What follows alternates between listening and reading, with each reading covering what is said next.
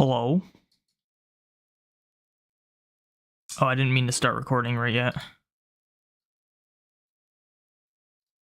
I forgot to change a setting.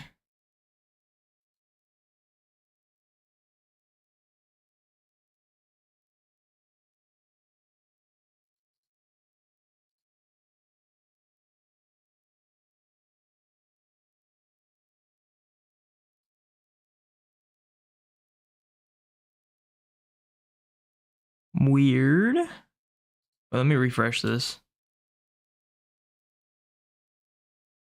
Why is it telling me that my keyframe interval is 4 seconds when I have it set to 2 seconds? That's what I want to know.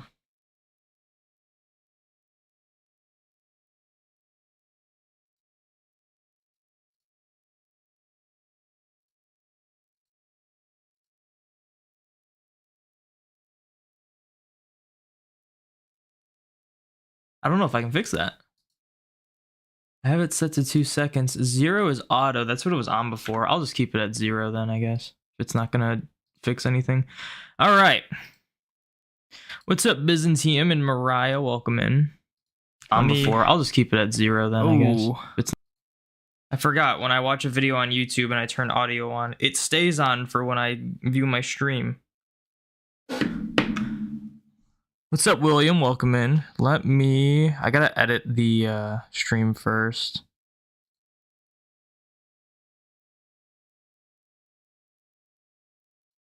Okay,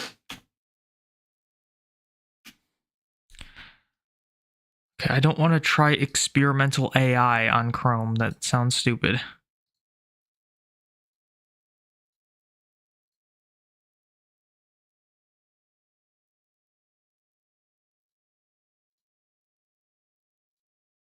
All right, let me just pull up the chat really quick.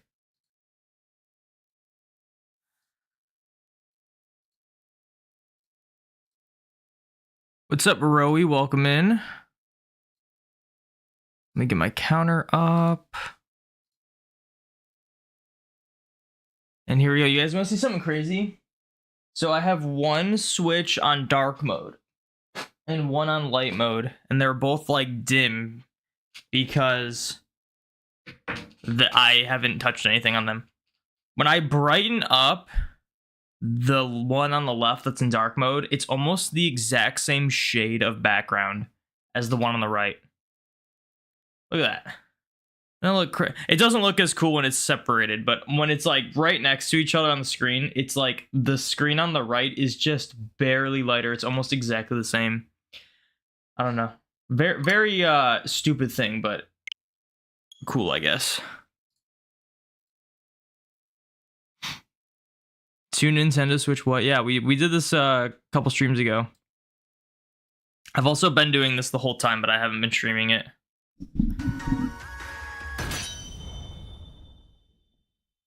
We're doing resets for this Litwick because I'm desperate. As you can see, I'm 11,502 in for this Litwick. It's a 1 in 4096. This is my longest 1 in 4096 hunt. It's also resets, so it's slower than it should be, but I don't really want to do runaways at this point.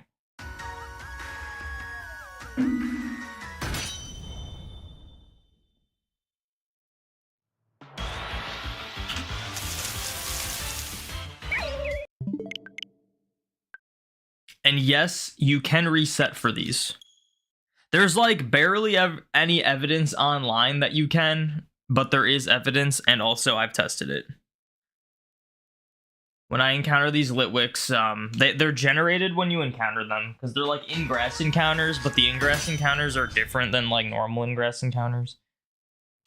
And when I were to encounter them, like let's say now, and look at the genders, they'll be different. So right now we got double female Litwick. If I get double female again, that'd be goofy, but I mean, it's possible. Not the desperate shiny mode. Yeah, we're streaming this now because I'm so sick of not getting it. So we're doing on and off stream for this, and we'll return to Mew Once I get this.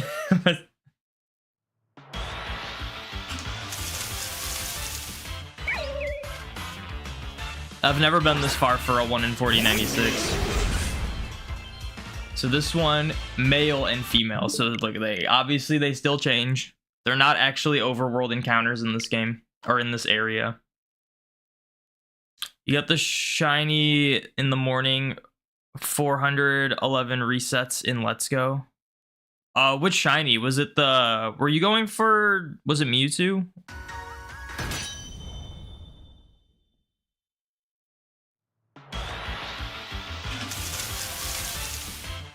Nice, Mewtwo. That's really cool. Congrats.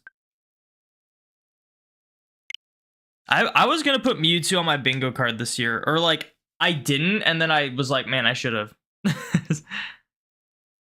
So maybe I'll hunt it this year. I'm gonna do the Kanto birds first. I need to get Mew first. What's up, Brian? Welcome in. In a Pokeball too, nice. At least in Let's Go, like the way it works is like if you just have like 999 Pokeballs, like you'll just be able to keep chucking balls at it until you run out. So it's a little safer when you to like catch a legendary in a Pokeball in that game, unless it actually, I think the same applies to the roaming Kanto birds as well. You can just like, they will not run unless you run out of Pokeballs. Kind of like a raid boss in Pokemon Go. Your 13k resets on Regidrago still not there yet, but you're actually pursuing it now. Dang, you're making me feel bad because I felt like this was brutal. And you're farther in than I am. That's the thing. I've been like really superstitious about this hunt because there's like no video evidence of people resetting for these. I've seen 2 videos of people resetting for specifically shiny Litwick. The issue is they just did Switch recordings, so all you see is like from here. Like you don't see that they've been resetting it. You just see that they boot up the game and get a shiny. So it's like not that I doubt them. It's just, it's very easy to fake something like that with cheats. So it's like, I've been really superstitious about this hunt. So like going over 11,000 for it, having this be my longest 1 in 4096 has just been not great. This has been like going 22,000 in for a 1 in 8192. You caught Mewtwo in the 3rd Mewtwo. I don't know what that means. Like, did you shiny hunt it 3 times and you failed it the first 2 times?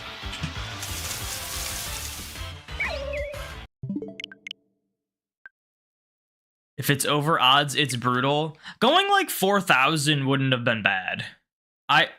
Especially because I did the first 3,500 doing runaways, so that was like a lot faster. But you know, oh, in the 3rd Pokeball, dang, that's crazy. That's pretty cool. I don't know how the catch rates work in Let's Go. And I'm sure you didn't catch 100 Mewtwo, but I think if you like somehow catch 100 Mewtwo like from Go, it'll raise the catch rate, but I doubt you did that. I actually plan to do that for the Kanto birds. I want to try to shiny hunt the Kanto birds wild in Let's Go. It's like really difficult, but my strategy is I'm going to catch, I have 131 of each, or 120 something, whatever it would take, in my Go Park. And the goal is to catch like 100 of them to get the max catch rate. And then I have like the 31 left over that I can use like for a catch combo. And then I'll like start the catch combo and Go Park and then go to an area where I can just like route reset and try to encounter them. And then if I do find one, it won't be super hard to catch because I'll have the 100 catches. But it'll be tough because those Kanto birds are really hard to shiny hunt in the wild. Obviously, they're a lot easier to just reset for. But I feel like it'd be a really cool challenge once I get there. It'll be like the last things I hunt for Let's Go. You never fail legendary Pokemon shiny. I've only hunted Shaman and Darkrai, and I have not failed them. So I was scared about Darkrai though, because Darkrai I did a test capture and failed it with the desk capture. I brought it to 1 HP, put it to sleep, and just chucked balls at it. Dust balls. and I couldn't catch it and ended up struggling. So when I got the shiny, I was really nervous and I caught it like really fast. It was like within 5 balls, I'm pretty sure. Just Masuda the legendary birds. Yeah, we'll do that. We'll do that in Let's Go. That'll be what we do.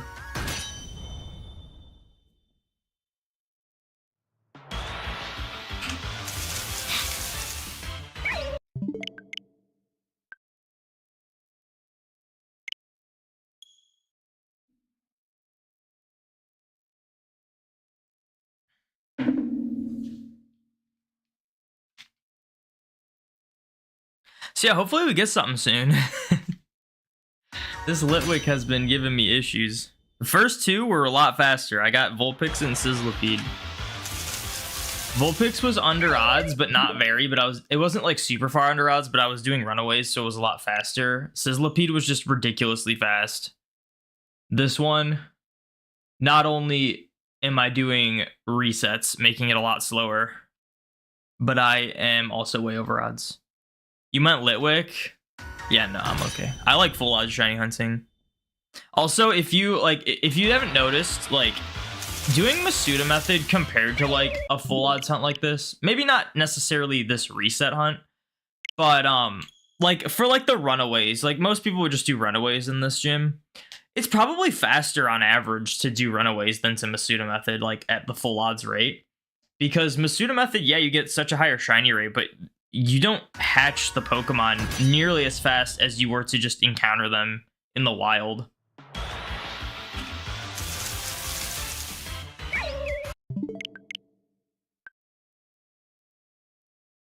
You always have a Master Ball if you see a legendary bird shiny.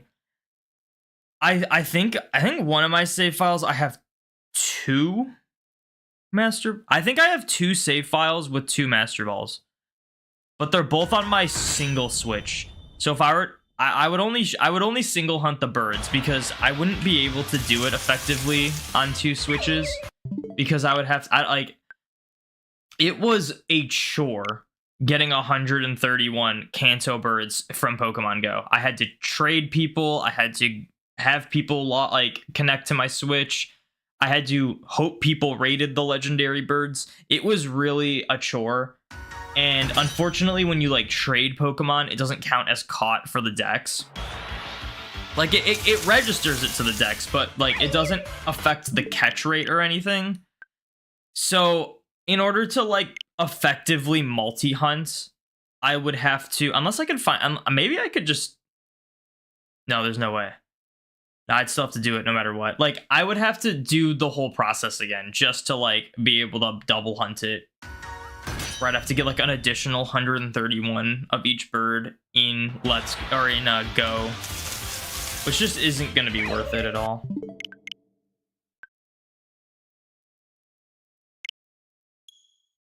But yeah, in Let's Go, I think like on the Switch on the left, I have 2 different save files, one for Eevee and one for Pikachu.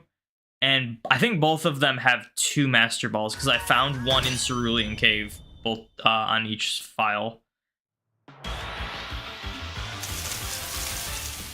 So we'll be prepared.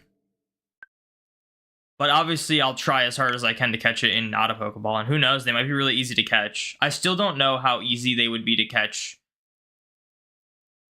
It's going to be crazy though, because the strategy is for catch comboing the legendary birds is I have a few caught in my decks on like my save file. So I have enough to get 100 caught for the dex while also keeping 31 to start a catch combo. The difficult part is going to be, well, the difficult part's going to be shiny hunting it, but something that I really need to like lock in for is every time you try to leave Go Park, it prompts you to save. And we do not want to save at all. We want to save after we catch the 100.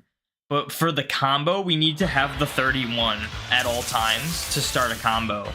That way, if I don't want to be locked into that hunt indefinitely on my Switch, I can just reset and then catch another 31 again. And like, I just have to really pay attention to not save when I'm leaving Go Park. And I'm kind of worried about that, because if I do, it's like over. Any 2 tips about the Alolan Hat Pikachu hunts? Don't lead your party with a shiny.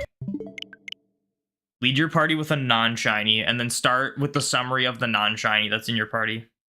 I led my party with a shiny, and because of that, I like failed it because I reset. The star stayed, and it just took me a minute to notice. When you lead with a non-shiny, as soon as you see that star, you know. So it's less confusing. I thought it would be the opposite. I thought it would be less confusing seeing the star stay, but I was just wrong.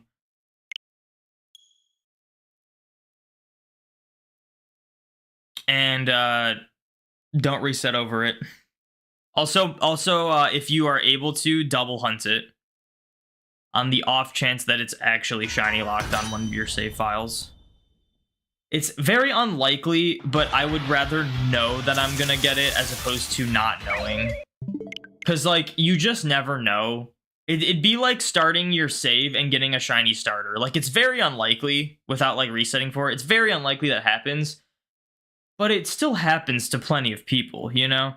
Like, it would be so bad if you were to, like, get into that Pikachu hunt, assuming, like, oh, it's very unlikely this thing isn't shiny locked for me. And then it ends up being shiny locked, but you just wouldn't know, you know? So, if you're capable, hunt it on 2 games at once.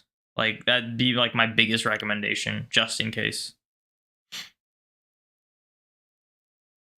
Currently grinding EXP and Fire Red on Island 2. Nice. I like 1 island, personally. Because you can, like, run into that spring. It's like Kindle Road. You run into that spring, that hot spring that heals all your Pokemon. And then when you exit, it perfectly, like, refreshes your Versus Seeker. So, like, you can heal every time and then, like, get another Versus Seeker right away. But the only downside is that you need something that's super effective against fighting types, or else you're gonna be struggling.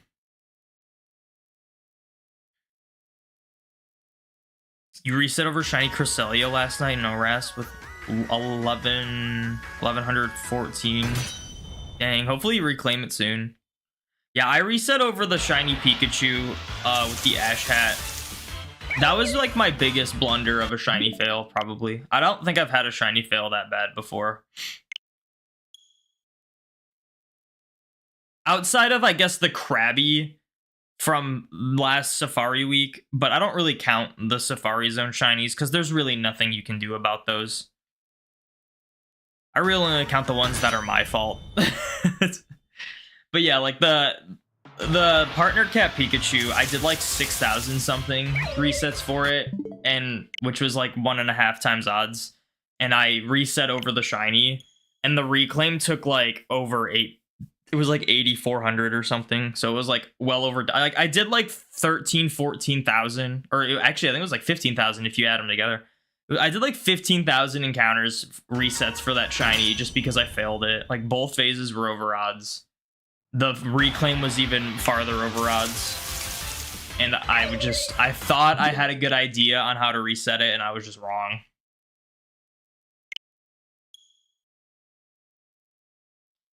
Is it a shiny fail if you purposely kill it? Your 6 shiny Zubat? I would say so.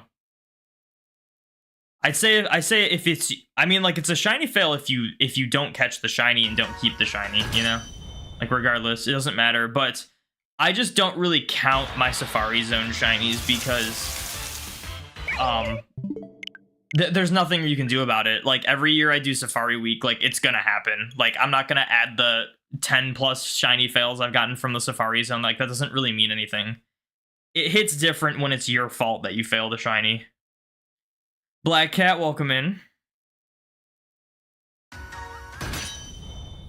So, like, in terms of, like, full odd shinies I've failed that weren't Safari Zone, it was just, like, the Rattata that I got before I started shiny hunting because I wasn't paying attention.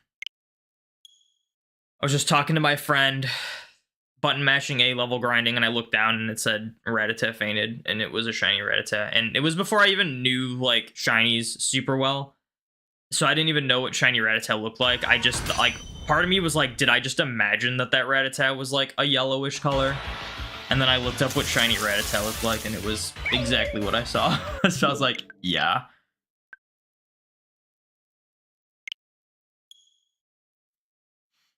But yeah, in terms of full odds shiny fails, it was just the Rattata, the partner cat Pikachu. If you want to be really technical, I guess the Bidoof that I'm trying to get. Because I don't have the save file anymore. Like, I successfully caught it and kept it, but I don't have the save file anymore. So I guess that's technically a fail, but I don't really know if that counts.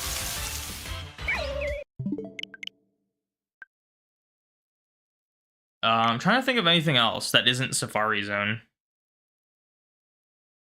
I'd probably have it on my channel, right? Because it would be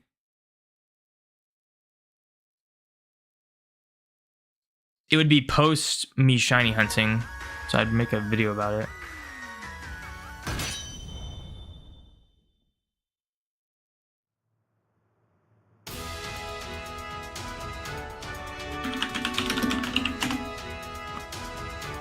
So I failed a Galarian Zigzagoon using the Brilliant method, but it's not full odds, and I don't really. I kind of cared at first. I reclaimed it really fast, but I don't really care about it anymore. So I think that's it. I failed a few Let's Go shinies, but none of them were full odds. So in terms of like full odds shinies I failed, it's just the Rattata, which I have since reclaimed.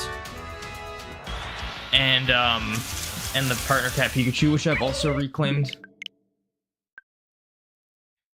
You've never had a Safari shiny, you can only imagine the amount of happy juice in your brain when it shines. It's not even when it shines, it's when you catch it.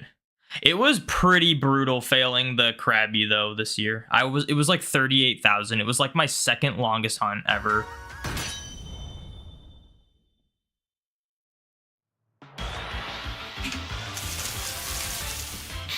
And it just... Heart Gold Soul Silver's flea rates are way too high in the Safari Zone. They have high catch rates, but if it breaks out like once, you're almost guaranteed to have it flee for like most Pokemon. You almost failed a shiny Meryl during your ORAS playthrough because you were grinding with hordes and you looked down and saw a green one. Nice. Pogo fails? I mean, I failed a bunch in Pokemon Go. But not full odds, though. And I don't count them for, like, a living dex, for, like, mainline. The only, like, in terms of, Pokemon Go on its own, in terms of a full odds shiny, I did fail a full odds shiny Aeron, like, a really long time ago. I was kind of devastated at that. Other than that, like, other shiny fails I've had have been, like, because I've been speed locked during, like, a community day or something. Or, like... I think Chikorita. I failed like a Chikorita on the community day because of like a glitch. But like not a ton. And yeah, the only one that like really hurt was the Aeron. There was only a handful of shinies released in Pokemon Go at the time. Like they started with Magikarp, then they did Pikachu, and then after that, because, like, when they added, like, Gen 1 and 2 to Pokemon Go, they didn't have, like, shiny sprites and shiny models and stuff. But when they added Gen 3, they had all, like, the shiny sprites already, like, going. So they started just releasing Gen 3 shinies for, like, a while. And at the time, they had, like, shiny Makahita and shiny Aeron were, like, some of them. I think they had, like, Metatite, too, and... Like, there was a few... Like, they had Shuffit and Duskull. Like, there wasn't, like, a ton of shinies, but they were mostly Gen 3 shinies. And I went to a park that was a Makahita nest because I needed one shiny Makahita, and I ended up getting 2 shiny Makahitas from that nest. I got one. We were just walking around the park. I got a shiny Makahita, and I was like, sweet, let's go. And on the way out, I got another one. I'm like, that's awesome. Let's go to this Aeron nest now. So we went to this Aeron nest, and I found a shiny Aeron. Like I was popping off because these were full odd shinies in Go, which are like 1 in 512. And I got a shiny Aeron, and I was so excited about it, and I wanted to take a picture of it. This was before you could just take pictures of your Pokemon. Like, they had to be wild. And I did the, like, AR plus thing. And when I hit the picture thing, it, like, broke the game. And then I restarted the game, and when I loaded back in, the Aeron despawned. I was devastated. I lost it because of a bug. It took me a while to reclaim it. In fact, I don't even think I have, like, many extra Aeron shiny. Like, I have the line, but I don't think I have too many, like, extra ones.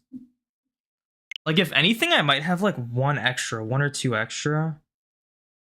Aeron and shiny. I have one extra. Yeah, so, like, I haven't had the greatest luck with shiny Aeron.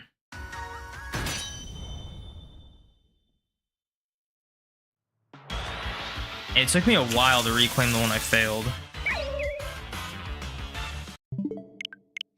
Did you get Bidoof for Mew or Magnemite? Who said I was hunting Magnemite? Where'd you get Magnemite from? Oh, are you talking about the Alpha Magnemite? No, we didn't get any of those. I'm just in desperation mode for this Litwick, so I'm streaming this. We'll go back to those things after.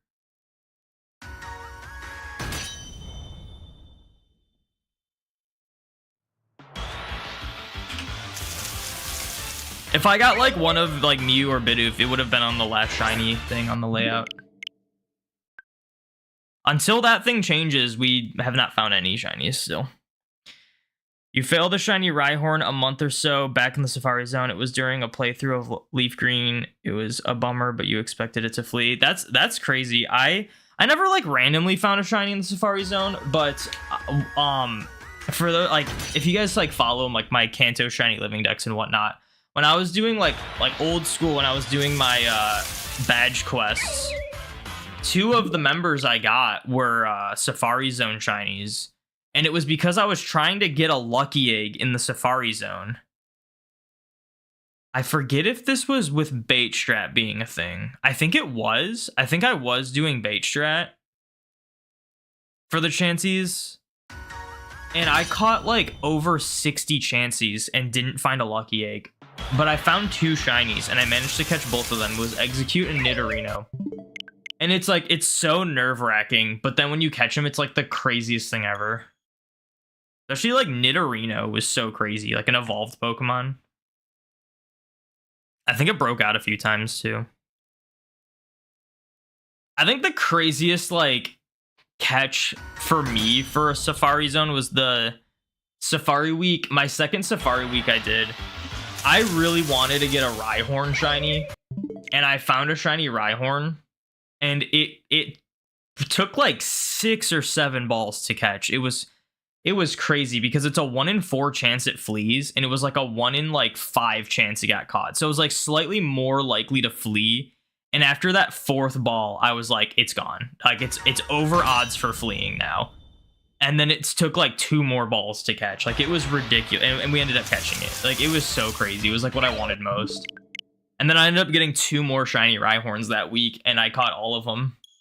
I still need 1 more for the gender difference for Rhyhorn, because I evolved 2 to Rhydon. And then if I get more, they can be Rhyperiors.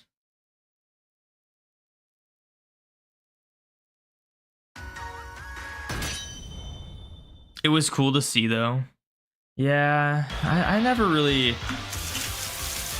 I'm more of a catch and keep kind of guy. I'm never like, oh, it was so cool to see, though. Like, if I get like a shiny Pinsir, Tauros, Scyther, Chansey, Kangaskhan in the Safari Zone and it flees, I'm going to be devastated, even though I know it's like so likely to flee, you know?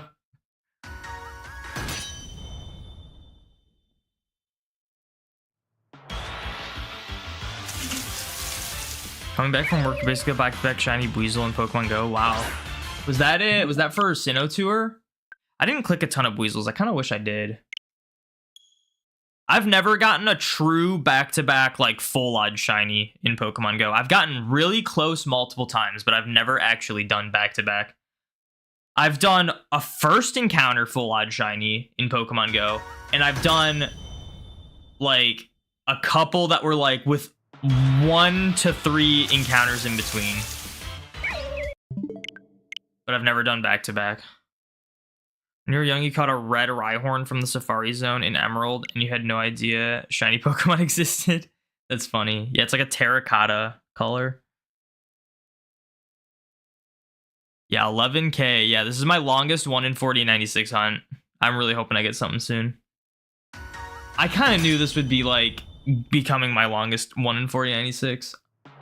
I just knew once I was like 7,000 in on this, I was like, this is gonna be my longest. Like, I have yet to go, like, I see so many people go like 16k for a 1 in 4096, and I'm just like, dude, this is gonna be that hunt for me.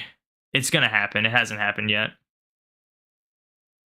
Your first shiny was Gengar in the old chateau. You knew about natures, and the Gengar line is your favorite line of the evolutions, and you're trying to get Modest, Ghastly, and Bam. You gotta take it. You got Gengar? You need to have a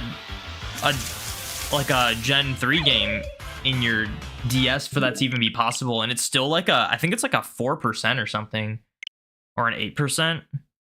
That's like really crazy if that's your first ever shiny. Like, that's stuff that only like a couple people have even successfully shiny hunted. Your Rhyhorn was just one ball and then fled. Yeah. I caught, so like when I wasn't doing Safari Weekend, I was just doing like trying to get lucky eggs. I got a shiny Execute and I caught it. I have seen, I think, 3 shiny Executes since then, and have failed all of them. I still need 1 more shiny Execute to complete the line. Oh, it was a Ghastly. Okay, that makes more sense. I was gonna say, I'm like, if you like casually just had like a Gen 3 game in your DS and you just randomly found like a really rare Gengar, that'd be insane. Ghastly's still like such a cool shiny. In terms of like random shinies I found, like when I was a kid, I got the Bidoof that I don't have anymore. I got the random Rattata that I failed when I got back into the series. On my Sapphire copy, I got a random Shuppet and Zubat. I got a random Makuhita and Trapinch on my Ruby file. I got a random Crabrawler in my Moon file. These are all full odds, by the way. I got a random Doug Trio on my Moon file. Alolan style. I've got a decent amount of just like random shinies. Like one of the shiny Dratinis I got from the game corner was technically random. I wasn't hunting for one. I was just trying to get a nature on a non-shiny, and I ended up getting a shiny after like within 50 resets or 50 bought. I got a random Barboach in my Ultra Moon. I got a random Meowth, Alolan Meowth in my Ultra Sun. I got a random Swinub in my Leaf Green, and that was crazy because it was right after it completed like a badge quest, so it wasn't even like due for a shiny at all. That may have been the last like random shiny I found that was full odds that, or I guess, I mean, I got a couple in like, I got a bunch in Scarlet and Violet.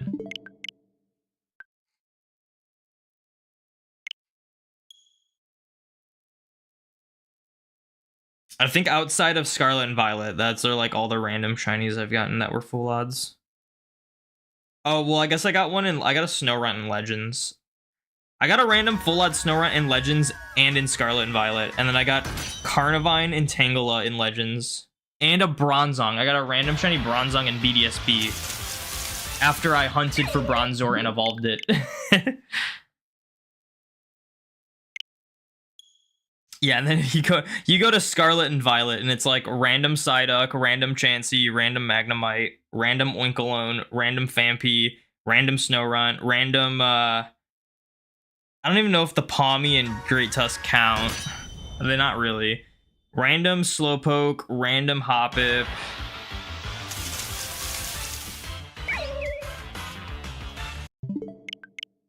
Random Trapinch, Minccino, Swablu. Yeah, random shinies just don't hit the same in Scarlet and Violet. You get a 5% Slowbro in Heart Gold Soul Silver. You wanted a Slowking, but it came out as a Slowbro. That's funny. I think shiny Slowbro is way cooler than Slowking, though. Shiny Slowbro is like one of my favorite shinies.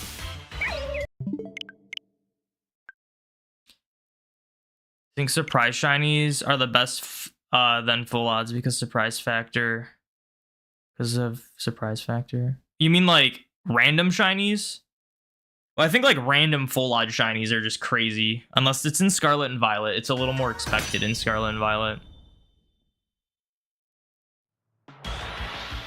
But yeah, like, I mean, like, every time, unless it's in Scarlet and Violet, every time I find, like, a random full odd shiny, I go through this, like, level, like, these different layers of emotion where I'm just, like, shocked. And then I get, like, a belief that, like, I had to have done something that caused this. Like, there's no way this just randomly happened. And then it's like, dude, did my game, like, hacked or something? And then it's like, of course it's just random. It happens. Then it's just the reality of, yeah, I know how shinies work.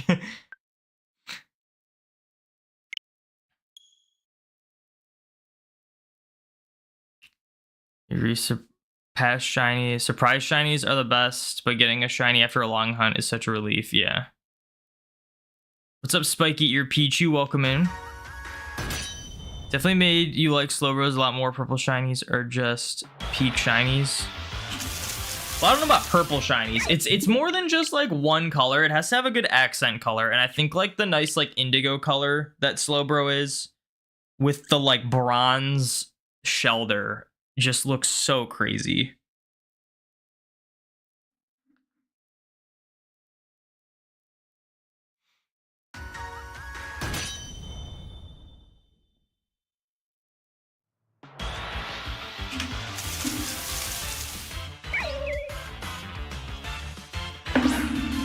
Okay, I know I have, like, it hasn't been very long. Today I'm gonna have to take, like, really quick but frequent breaks because I'm currently, like, doing something.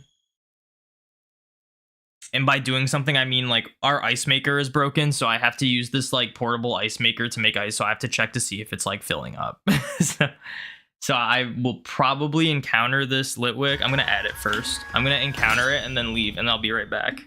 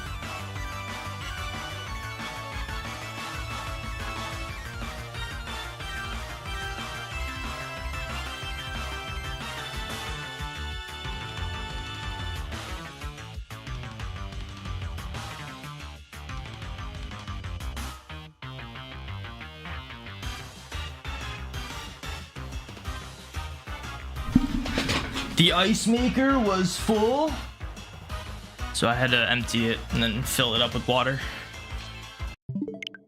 No shiny?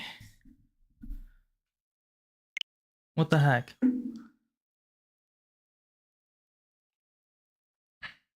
You just got an unintentional Masuda shiny Drampa from hatching 20 eggs for the judge function in Sun during D&D. Nice.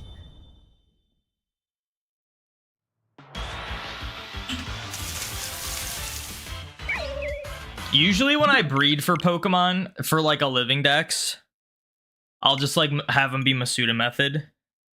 Never gotten a random Masuda shiny. Like when I was what was I doing? Oh, for those Pokeball challenges in home where it's like deposit 30 Pokemon in a love ball, deposit 30 Pokemon in a timer ball, like all those, I would just like breed 30 Milcery in each ball, and they were all Masuda method. Did not get a shiny. I only had to do a few though, but I mean, I think I hatched over 100 Milcery.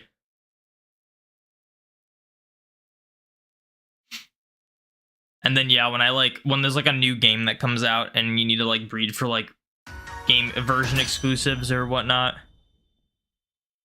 I usually do those Masuda method, just in case. Why does this seem like the same thing every like 40 seconds? Do you not know what shiny hunting is?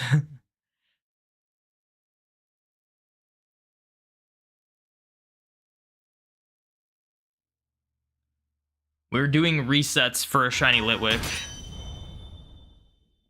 I'm controlling the games, by the way. It's not just a video playing on loop. We're checking these Litwicks every time we encounter one. There's a 1 in 4,096 chance that it's a different color. So we're just doing that until we get a different color. I'm very far over odds, but it's just a random chance, so we're just getting really unlucky.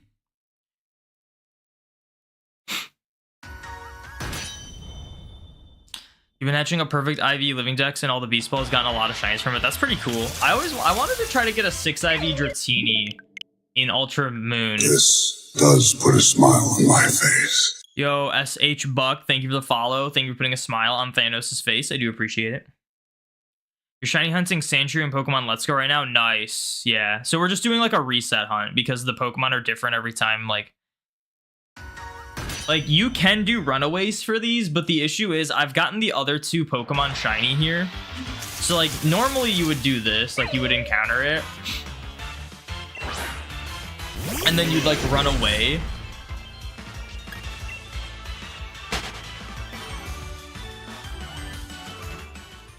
But the Litwick doesn't respawn, so what you have to do is you have to like encounter a different Pokemon. In this case, there's a Sizzlipede here I can encounter, and then you can like go, once you encounter a different Pokemon, it'll respawn the Litwick, and you usually go like back and forth between those. But I've already gotten Sizzlipede, I've already gotten Vulpix, which Vulpix is over here, and both the shinies were on the game on the right over here, this one. And if I get a 3rd shiny on this game on the right, and it's not the Litwick, I have to start a new save file because it saves your data for like the gym challenge, even if you like quit the gym challenge. So I'm doing resets. So we just like, we encounter the Litwick and then reset the game so we can just encounter it again every time without having to encounter something else. And it is a different Litwick every time. We just have gotten really unlucky with the shiny. No, I have not gotten the shiny Mew or Bidoof. They would be on the layout if I did. Our last shiny's still Sizzlipede. I'm just in desperation mode for this hunt because I'm 11,000 in. So I just like want to stream this hunt too until I get it. We'll go back to Mew once I get this thing.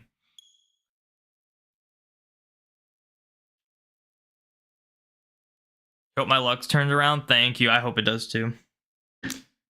Pretty soon we're gonna pop off. I like everything is just cooked for a shiny. Like every game I'm hunting on is just cooked for a shiny, and it's just like at some point they're all gonna pop at the same time.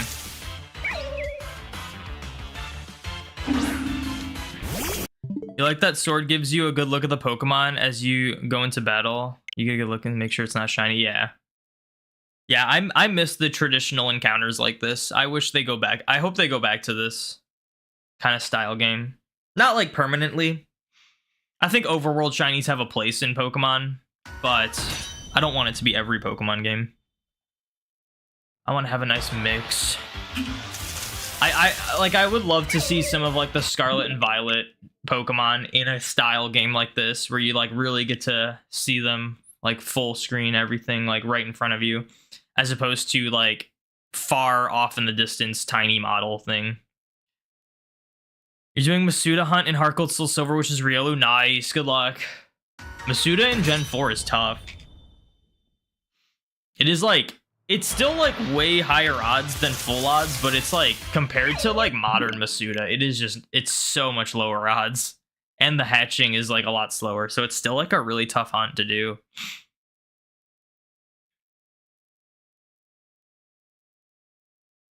Yeah, Sword and Shield is one of my favorite shiny hunting games. There's not only do I prefer like the traditional encounters, it just makes it a little more exciting when you don't know something's gonna be shiny.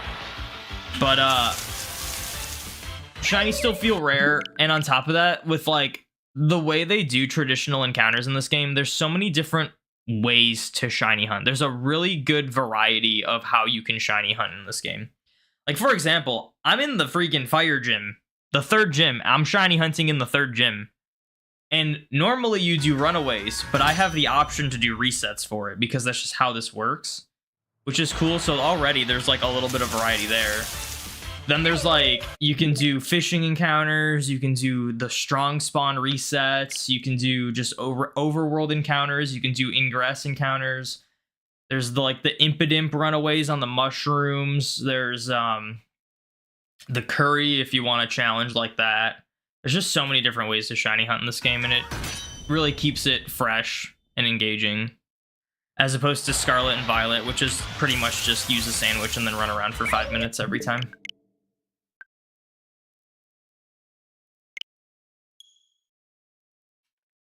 It's super AFK though. Oh, you just like don't do much.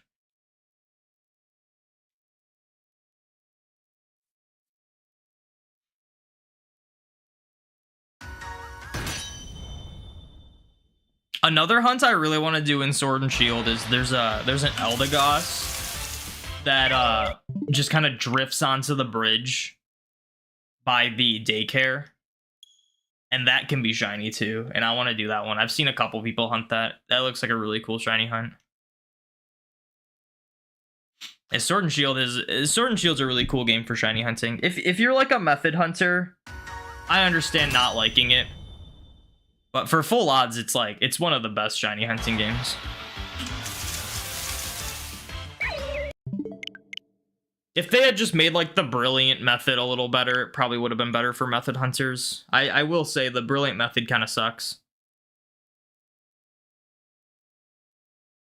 I know most people see Sword and Shield shiny hunting and they think it's all just like eggs, but that's only if you want higher shiny rates.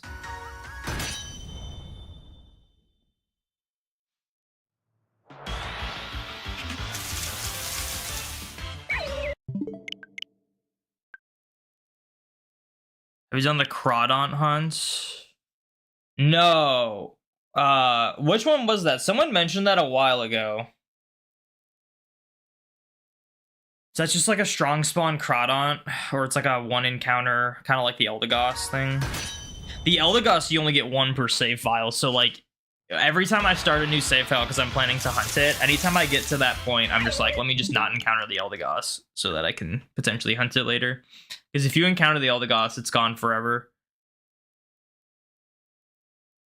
Shiny hunting Pidgey and Let's Go Pikachu right now? Nice, good luck.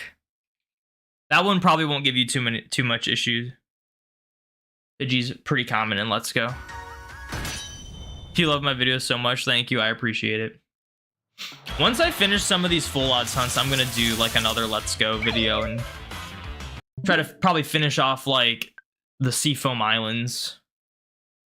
Because what I got Seal and a Slowpoke in the last video. The last video I got what? 2 Geodudes, a Ponyta, a Seal, and a Slowpoke. So like I would need like another Seal. I guess I would need Jinx too. I'll have to look at what the dex number order is. Because we'd finish Slowpoke and we'd probably go on to something else. First village when your bike can surf. Oh yeah. Someone did say that. It's just like a regular. Is it like a one-time encounter, or is it like just a strong spawn that's not in the wild area? Because I did not know that existed. Someone like mentioned that before, and I was like, what? I had no idea there was a wild Crawdont, like just early game. That's pretty cool. If I don't get one in like an older game, I could see myself hunting that. You got a Lampent in the grass in shield after only 36. Crazy luck, nice. You're at a 466 change. Chain. You probably don't have to chain for Pidgey. Just do like route resets. Unless, like, if you don't have Shiny Charm though, then maybe do the chain. I don't know. If you have Shiny Charm, I'd be like, just do route resets. I don't know. Like, even without, if you use a lure, you can probably get 2,000 encounters pretty quickly. Just going back and forth for Pidgey with the 31 combo. Should you chain it and catch the next one with the increased size? Yeah, I would recommend for Pidgey, because Pidgey is so common. I would just not worry about the combo. You're gonna slow yourself down a lot catching every single one of them. Yeah, Shiny Knit Arena randomly on your way to Elite Four. Nice. Yeah, so like for route resets for like Pidgey, you'll mostly be getting Pidgey spawns if you have your 31 combo. And Lure and Shiny Charm 1 in 10, 24 shiny rate. It won't take that long to hit those numbers, just going back and forth in a route. Plus, like, if like Pidgey's everywhere, you'll probably end up phasing with a Pidgey for something else. I hunted. Actually, did I even hunt Pidgey? I don't even know if I properly hunted Pidgey in Let's Go. I have gotten like 7 or 8 shiny Pidgeys in Let's Go, just like randomly. Which route would you recommend? You're doing it in Viridian Forest right now, but it's kind of bad luck. Viridian Forest, if you have the 31 combo Pidgey, that's probably the best place. Viridian Forest, you get just crazy spawns. There's a reason why that's the only place in Let's Go that drops frames, because there's just so many Pokemon that spawn there. Like, you could probably find full odds Pidgey pretty quickly in that.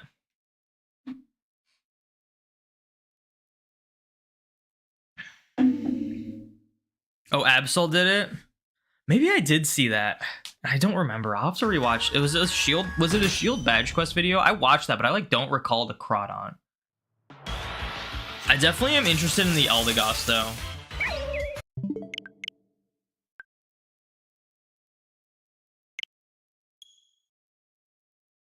How many eggs so far with Masuda Hunt?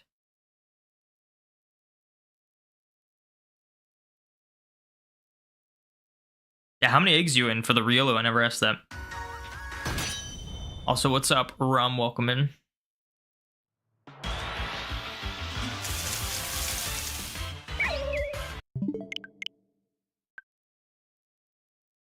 It's a slideshow if playing in handheld. Isn't it the same in docked mode? The Switch doesn't magically become more powerful in docked mode. The resolution changes, but if anything, that would slow it down even more. Thought Let's Go combo only affected the 31st spawn. No, there's plenty of videos on how it works. I have a video on my channel on how it works now. But I'll do like a quick like Cliff Notes version.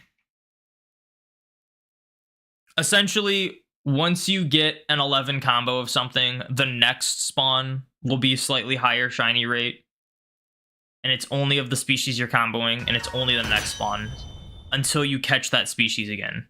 Then the next spawn will have the higher shiny rate, and so on and so forth. The shiny odds max at 31 combo, but if you continue catching that Pokemon, the next spawn will have the higher shiny rate. So the idea is to keep comboing that Pokemon. And the max odds you get with Shiny Charm, Lure, and 31 combo is 1 in 273. So it's like, say you're comboing Pidgey. You get a 31 combo Pidgey. You just caught a Pidgey. It's a 31 combo. The next Pidgey that spawns in will be a 1 in 273 chance to be shiny.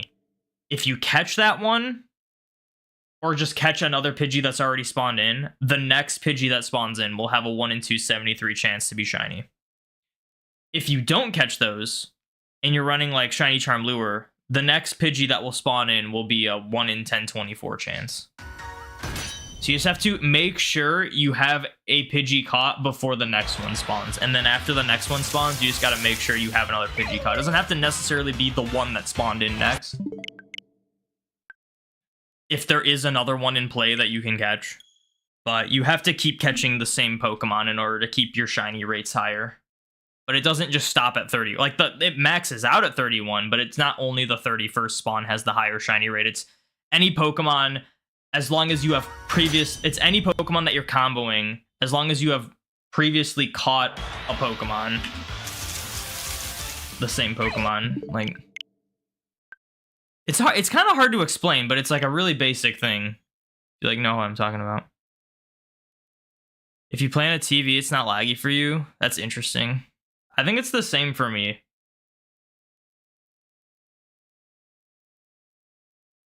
Is it useful to do route resets or just running around in Viridian Forest? When I hunted in Viridian Forest, I would sit in the area by the sign, the trainer tip sign. That's like right before the exit when you're going to Pewter City. And I would sit there for a minute.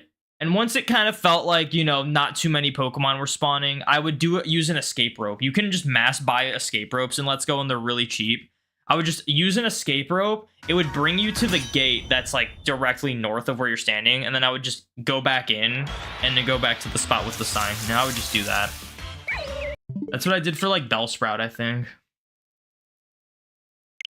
And then while you're, and here's another tip, like if you're standing there, like just by the sign and a Pidgey flies into you, just catch the Pidgey. Make the next one have a higher shiny rate. Don't go out of your way to catch every Pidgey, but if one like flies into you while you're standing there, catch it. Just why not? Like you're getting into an encounter, might as well catch it. I did that for Bellsprout, and I actually get, like my intention was to just get a 1 in 10 24 shiny Bellsprout, but like one ran into me and I caught it, and then the next spawn was a shiny. So I was like, oh wow, I actually comboed this thing.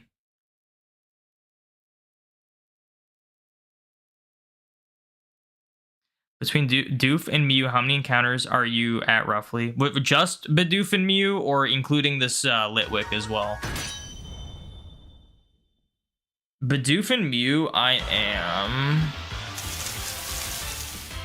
Let's see, I am 10,200 on Mew. Bidoof, I am 8,408. So that's 18,608. So 18,608 for Bidoof and Mew combined. This Litwick combined, 30,314 with no shiny. So, and one of these is a 1 in 4096. The one with the most amount of encounters is the one that is most likely to be shiny too.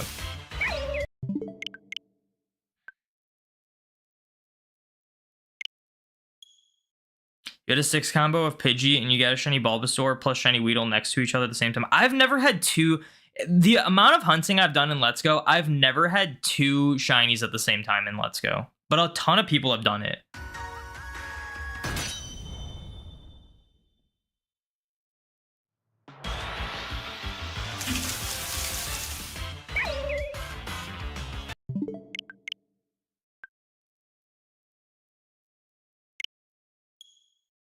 Thor, welcome in. Thank you for the shiny luck. That's insane. And the sad part is that I recently just got a shiny hunt finished that was longer than that. Literally one of my more recent shiny hunts I've done was 35,000. I also did another 38,000 last year as well. And my longest ever shiny hunt was 54,000. So I hate to be like that, but like it's like expected at this point for me. Like I get consistently awful luck nowadays.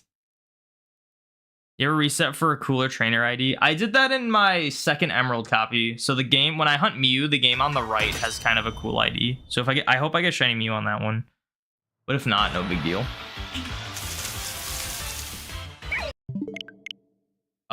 That's the only game I've reset for a cool ID for. I do have a cool ID on my Leaf Green, but it was just random. And then when I did my I was kind of disappointed about this. When I did my Gen 5 Living Dex, I had to play through Black and White 4 times. So like Black twice and White twice to get all the genies.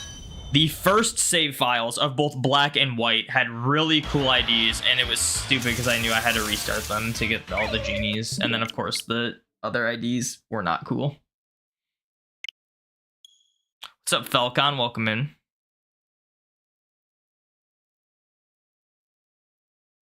You have no sound. You're on the bus. You hope you all have a blessed day. Cool. I could just pretend I'm answering you, and you'll never know. Yeah, 86 in the living dex didn't happen. You call like 7 shiny. Yeah, 86 in the living dex, and it didn't happen to you, but you have caught like 7 shinies in Let's Go. I have 86 for my Kanto shiny living dex. That's full odds, even though some of them technically aren't accurate, because the full odds rule is kind of a new rule, and I haven't updated it yet. For Let's Go, let's see what Let's Go has. Let's Go, I'm at 85.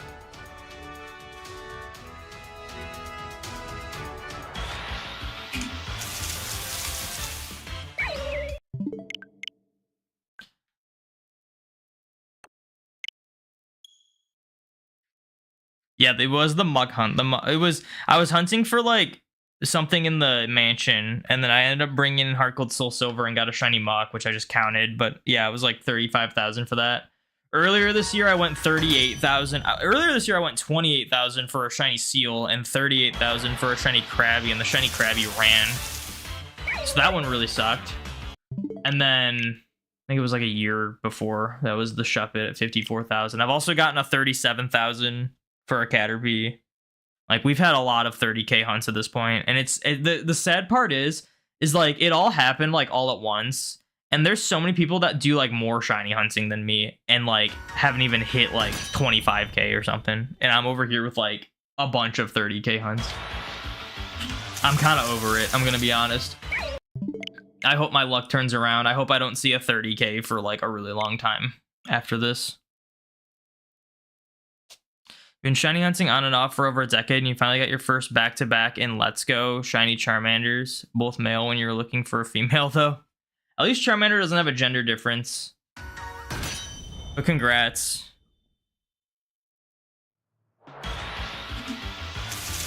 Yeah, I wanna... At some point, I'll probably go for the gender differences in Let's Go, and I'll have to get a female Venusaur, which I'm kind of worried about.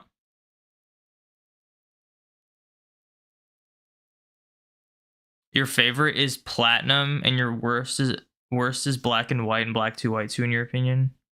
That's a hot take. Platinum being your favorite is not, but saying Gen 5 is your least favorite is a very hot take. Although, I feel like it's hard. Like, in terms of, like, games, my least favorite are probably, like, anything Gen 1 and 2. Like, I'm not a fan of those games. Gen 1 is okay because I'm used to Kanto, but it's not really fun to play because there's just no move diversity. Like, it's just, there's too many weird things with Gen 1. Gen 2, I'm not a fan of Johto. And also, it's like Gen 1, but a little better. Like, Heart Gold, Soul Silver are great, but Gold, Silver, Crystal, I'm not a fan of. And then in terms of like modern games, I can't stand Scarlet and Violet, so. In terms of, and the thing is, I still probably like Gold, Silver, Crystal more than Scarlet and Violet. Like, I value like Pokemon games based on how much I play them and how much like I get out of them. I'll probably get more value out of like Gold, Silver, Crystal, Virtual Console than Scarlet and Violet in my eyes.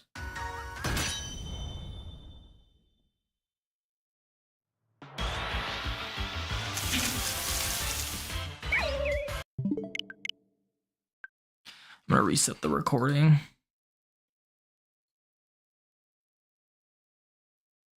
Yeah, Gen 1, there's not a ton to do in Gen 1, and it's like, it's hard to try to pick like a unique team because every Pokemon's like a pseudo-normal type. It's like every Pokemon's strongest move is either Slash or Body Slam, because they just don't get any good moves for their type, and it's really frustrating. Like, I was like, essentially my green team quest, if anyone like followed that, when I was going for a team of green shinies in Leaf Green, that team was very heavily based off of my like red team that I recently used. But it was frustrating playing it on red because every Pokemon was just a pseudo normal type. I was like, oh, I'll use a Kabutops. It was like Slash is like its only good move. Like it doesn't get any water moves. Like it doesn't get any rock moves. It's like Nidoqueen. It's like, oh, in order to get this poison move, it's got to be level 60 or something. Other than that, Body Slam. Like it's just every Pokemon was like that. And it's not fun when there's no diversity, despite it being like one of the largest generations.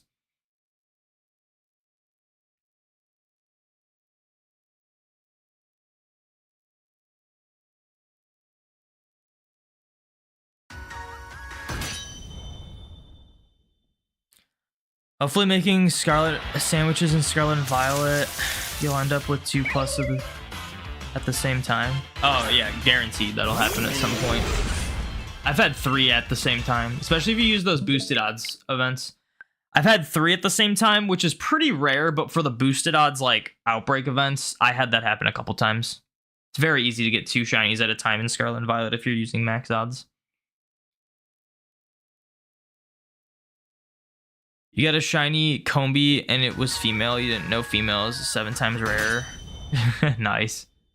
You hate Unova too. Only games you ever skipped.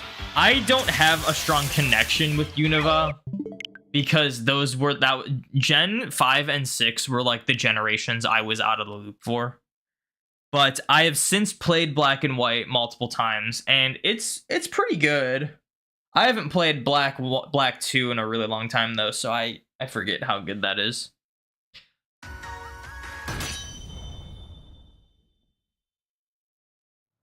First game was Silver. You're not a fan of Johto pains.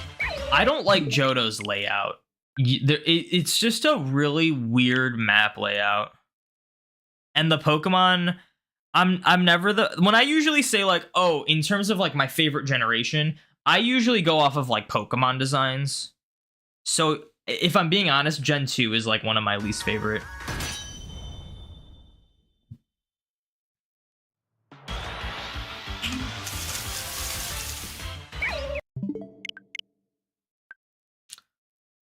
Scarlet and Violet, as much as you hate the glitchiness, means a lot to you because of the female rival. Yeah, Nemona's cool. Like the story was cool in Scarlet and Violet, but that's not enough for me to be like, these are good games, you know? Like, the story of a Pokemon game is like the least important thing in my opinion. What I find, and that's not like a fact, like that's just how I feel about Pokemon games. Like a lot of people would not agree with that. There's a ton of people that play Pokemon games just for the story, and it's great that the story was better. But like for me, what I enjoy from Pokemon games is what you can do after beating the story, is the collection aspect, the shiny hunting, the battling, stuff like that. And Scarlet and Violet, like the story, as good as it was, if you are not into competitive, which I'm not, there is nothing to do besides shiny hunting, and I think shiny hunting is the worst it's ever been in Scarlet and Violet. It is not fun to shiny hunt in that game for me. So, like, yeah, I won't deny the story was great, but if I got a story like that in a game like Sword and Shield, I'd think that is better. Like, Scarlet and Violet having a good story does not mean much to me. But I'm not going to say the stories don't need to be good. I think the stories should be good. I just want, like, the gameplay and the post-game stuff, and there have been more activities that aren't locked behind a paid DLC that also don't really add much, you know? Like, yeah, I bought a DLC for Kitakami and the Blueberry Academy, but it's like, again, those are just other stories. Once you beat those, there's nothing to do, essentially, besides shiny hunting. That is not fun. So, yeah. Watched your video again on the other day when you did push-ups for the encounters hatchings. Have you still given up on the idea of exercise? Yeah, I don't really exercise. I would like, if I don't like the idea of working out, I would rather have a hobby that's more active, as opposed to like intentionally going out of my way just to work out, you know? Like, I'd rather be interested in something that's just active.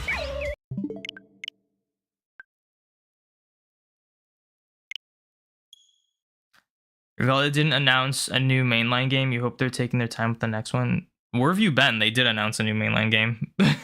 just isn't coming out this year.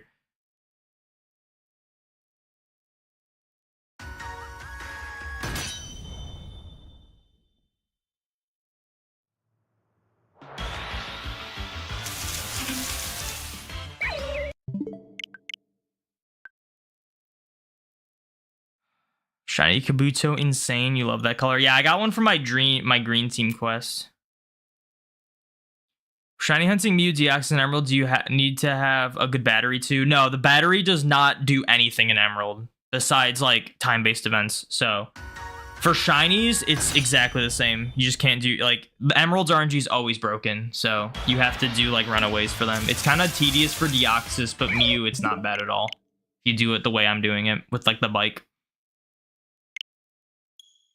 Gen 5 and 6 you skipped both, but Gen 6 doesn't look terrible to you. You bet the story Unova is good, but the gameplay mechanics were too painful for you. Gen 5 is just terrible graphics. I don't think Gen 5 is terrible graphics, but I will say, like, Gen 4, in terms of, like, the sprite-based games, Gen 4 felt the most aesthetically pleasing. Everything about Gen 4 looked incredible. In Gen 5, I wasn't a fan of, like, the 3D plane they used, because when, like, a Pokemon zooms out on it, it doesn't look that great. And just, like, I don't know, the style didn't do it for me for Gen 5.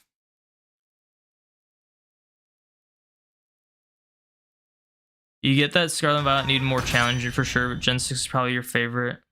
The end credits made you tear up. Yeah, they AZ, man. I really hope they, like, give us Floette in the new Legends game. After the story also has much value for you. After story also has much value for me. The story is done pretty fast and also it's like a competitive. Yeah, I just can't bring myself to like memorize everything you need to know about competitive to be good. But like I like doing the like battle towers and stuff. They didn't have any of that in Scarlet and Violet. All they have is that tournament, which is just mash A with Skeledirge and you win every time. Like it's not fun. Shiny hunting Scarlet and Violet is boring and just doesn't feel like shiny hunting. Yeah. A lot of people don't like hearing that, but my whole like opinion on shinies had drastically changed because of Scarlet and Violet. Like that's why I do like full odds for my living decks now. That's why I have like that new rule. It's because Scarlet and Violet shinies are too easy and they're not exciting. And it's just like, where do I draw the line? How are random encounters tedious for Deoxys? You have to do that stupid triangle thing every single time. In like Fire Red Leaf Green, where you can do resets, you can just save before the last click of the triangle and encounter it every time. With Emerald, you have to do the triangle thing, encounter the Deoxys, and then go in and out of the like dock, and then you have to do the triangle thing again every single time.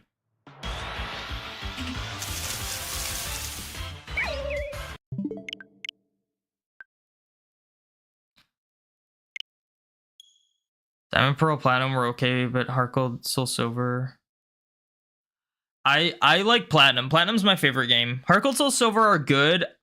My main issue with Heart Gold, Soul Silver, it's a very like one, I don't really care for Johto. I'm not a big fan of like the map of Johto. I think what they did in Johto was cool. Like having it be a direct sequel to like Gen 1 was awesome. Being able to go back to Kanto was awesome. Like there's a lot of great things about Johto. The Johto map, I'm not a fan of, and then the variety of Pokemon are not that great. But Heart Gold, Soul Silver had a lot of quality of life. The only thing I actually hate about Heart Gold, Soul Silver is the PC. The PC is like the worst PC we've had since like Gold and Silver.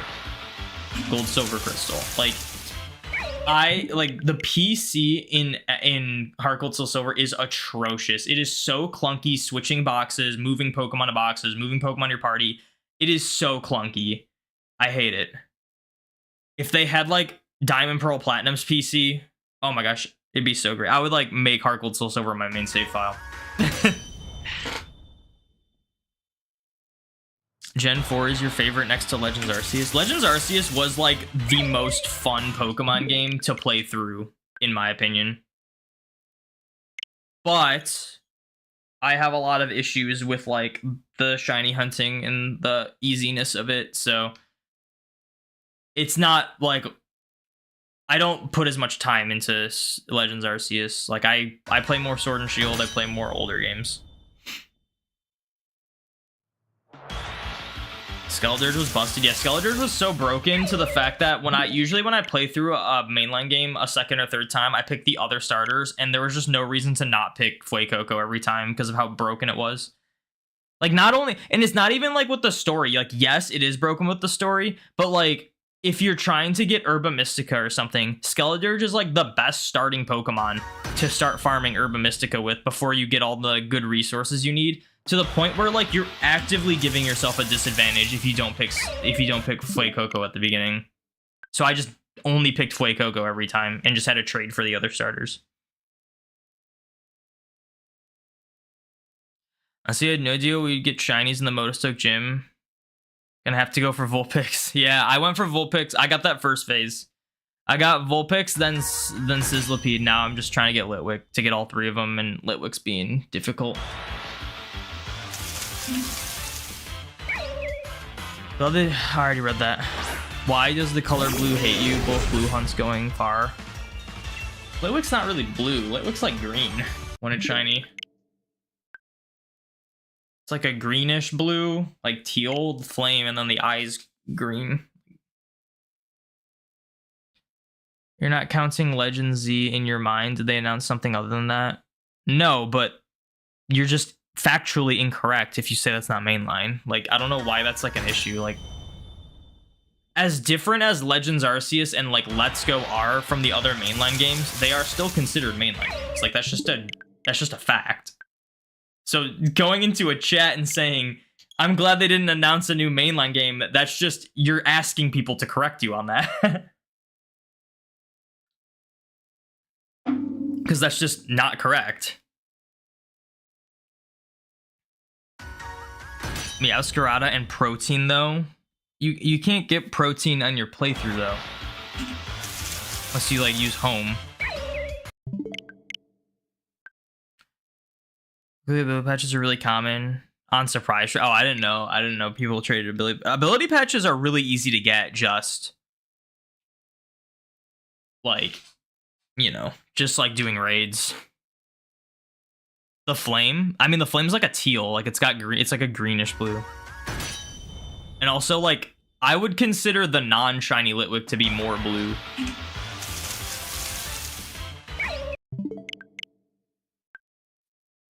Yeah, it's mainline, it's just different style. Yeah, like, the only games that, like, connect with each other that aren't mainline, which honestly they should be considered, but they aren't considered mainline, are Coliseum and XD.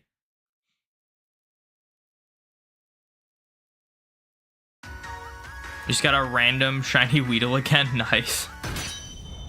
I phased on Weedle like 9 times, or Caterpie and Weedle like 9 times going for Bulbasaur and Let's Go. But that was before we knew how the catch combo method works, so I wasn't like if I had just catch comboed Bulbasaur properly, I probably would have gotten more like Bulbasaur faster. You just categorize Legends as mainline adjacent, not saying it's not in actuality. Well, I mean, like, you did say, like, I'm glad they didn't announce a new mainline game, when that's just a false statement. So, I mean, like, they did announce a new mainline game.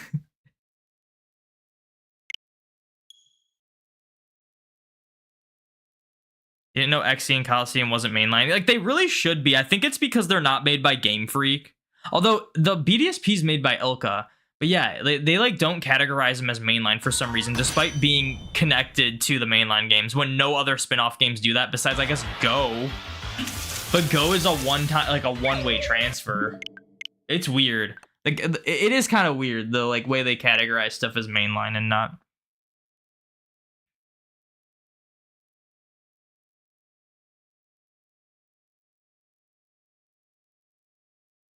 Bulbasaur you did in Violet for the full line? Yeah. I mean, you could hunt, like, anything in Scarlet and Violet for the full lines, like, really easily.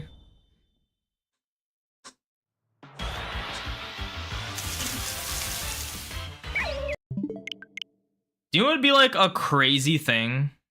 This is definitely not happening, but, like, I mean, we didn't see any gameplay of Legends ZA. What if What if it was traditional encounters in Legends ZA? Or at least like you don't see the shinies in the overworld and you have to encounter them like in Sword and Shield. That'd be such a curveball, but I'd be so down for it.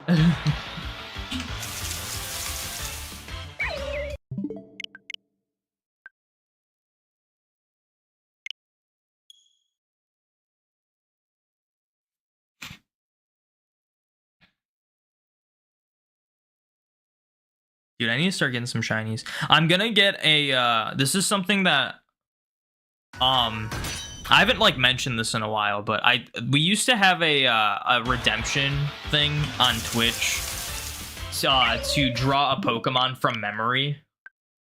And I got rid of it because I wanted to like hook my iPad up to the actual PC in order to like display the screen so it wasn't as janky. And I'm gonna bring that back. I'm gonna get a device that allows me to connect my iPad to my Elgato. So I'm gonna do that soon. I wanna like a new thing I wanna do is I wanna start like drawing the shinies I find. Yo, Ray said, thank you for the follow. Thank you for putting a smile on Thanos' face. I do appreciate it. That'd be crazy. Yeah, it would be crazy. I love the way shinies work in Sword and Shield. I think that was like the best way they could have done it. And then they were just like, I don't know. Like, don't get me wrong. In Legends Arceus, it made sense for shinies to be overworld. But it just needs to not be the norm. It really just should be something that is only for the Legends games. And then the mainline, it's like different. Or like, not mainline, but like, you know, the non-Legends games. Pokemon Company be giving us heckin' Whiplash. Whiplash of like what? What does that mean?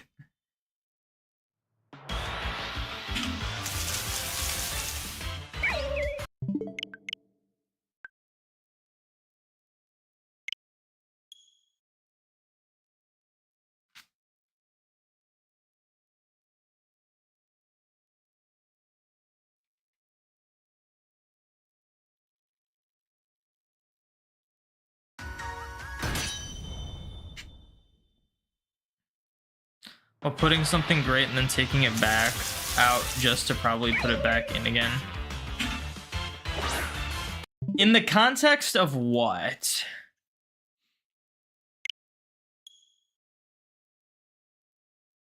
I think if you're talking about like overworld shinies and stuff, I think it's more of they saw that as an improvement, but no matter which side you pick, the reality is that drastic of a change really split the community, like really split the fans up. Like I'm far from the only one who prefers the traditional encounters over the overworld stuff, but there's lots of people that prefer the overworld stuff. So it's like, you know, I just think we cannot live in a reality where it's one way only or the other way only. And right now we're so far only in the new way. And I think that's just not okay. I'd feel the same way if, I mean, I would prefer if every game moving forward was traditional encounters, but the reality is that's just not a good way to do it now. They did something controversial and they need to realize that it shouldn't only be that way. And I don't think they've realized that yet.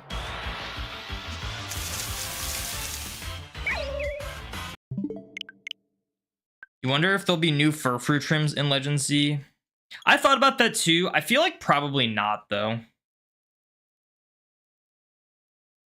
I feel like the fact that they like removed fur for like a decade just means they don't care enough about it. They probably wouldn't want to add more forms. You liked the idea of Overworld until they made it. Overworld worked better in Let's Go, but I still didn't like it. I never liked the idea of Overworld, like, shinies. Like, the reason why, like, because before I did method hunting, like, as, like, for my shiny living decks, The whole reason my Let's Go series is separate from my other, like, my Kanto Shiny Living Dex is not because it's boosted odds versus full odds. No, it's because I genuinely thought Let's Go was too easy to find shinies. And it just wasn't the same to me. And it wasn't as fun for me. So I made it like its own separate thing. And honestly, like, if you look at my content in that era, like 2018, 2019 era, I didn't do much shiny hunting. This does put a smile on my face. Oudman Vince, thank you for the follow. Thank you for putting a smile on Thanos' face. I do appreciate it. I didn't do much shiny hunting because it just wasn't as fun for me. But then when Sword and Shield came out, it reignited my passion for shiny hunting. Even though I was doing methods, like, it just was a different experience. And now they've been since pushing overworld, and it's just like I'm kind of at that state right now where it's like, even though I do have these older games I can still hunt in, it's just the idea of shinies for me has changed to a point where I'm not quite as motivated to shiny hunt anymore. And it's like another, like, low end. And I need them to realize that a lot of people prefer the old ways too. And they need to do both. They need to have some games be traditional, some games be new.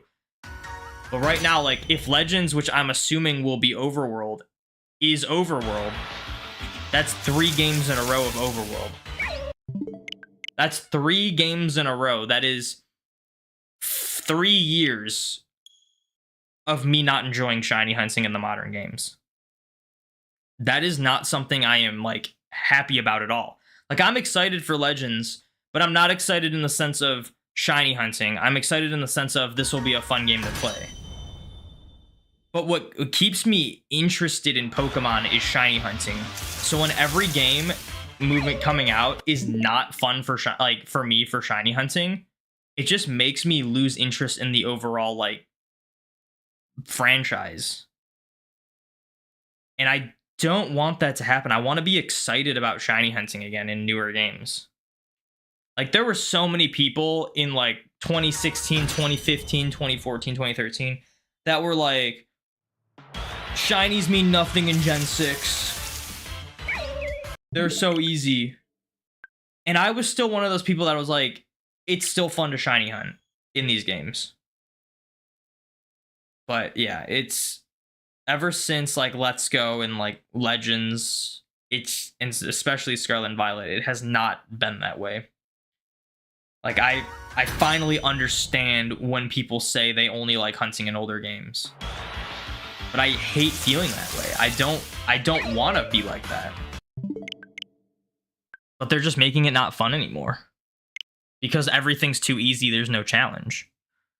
I like games, I get hooked on games when there's a challenge. And a lot of the modern games, they removed 90% of the challenge of those games.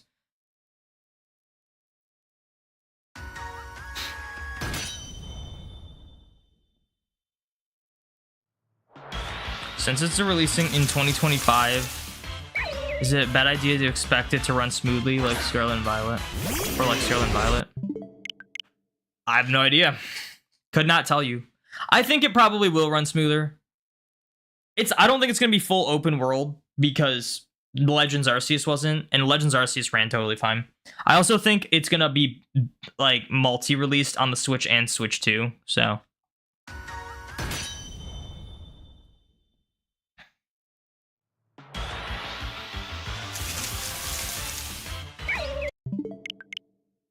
I guess it's mostly like stuff you like, but most people don't notice as much. But I think megas are a big example here, or the different gimmicks. Yeah, I'm glad they're bringing back megas. I'm over the, like, every game has a different gimmick, because it was cool when they did megas and then Z moves, because even with Z moves, megas were still a thing.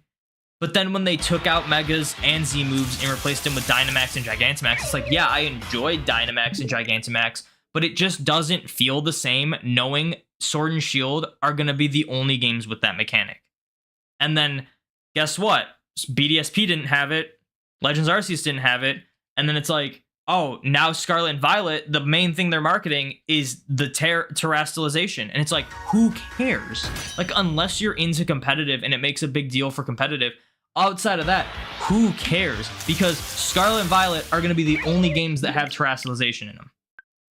Like, there's no point. It's not exciting when it's only going to be this game that has that cool, like, that interesting mechanic. So, like, Megas were different because Megas were a cool, like, new, what felt like a permanent addition to the series. And it was always like, what's the next Mega going to be? But then they just scrapped it in Sword and Shield, you know? And then that's what, like, made me not like the gimmicks anymore.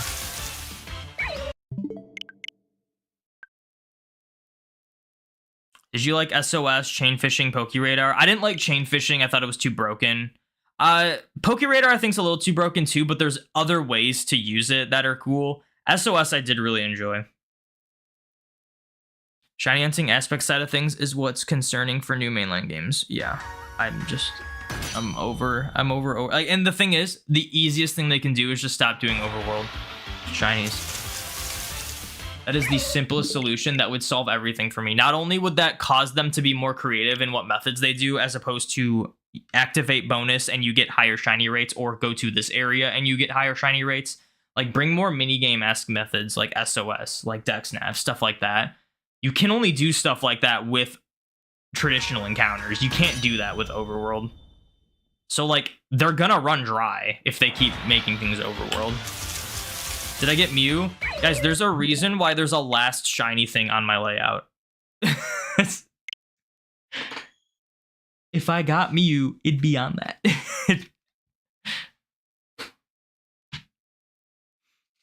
Does the last shiny look like a Mew? No, I have not gotten Mew or Bidoof. The last shiny was indeed a Sizzlipede.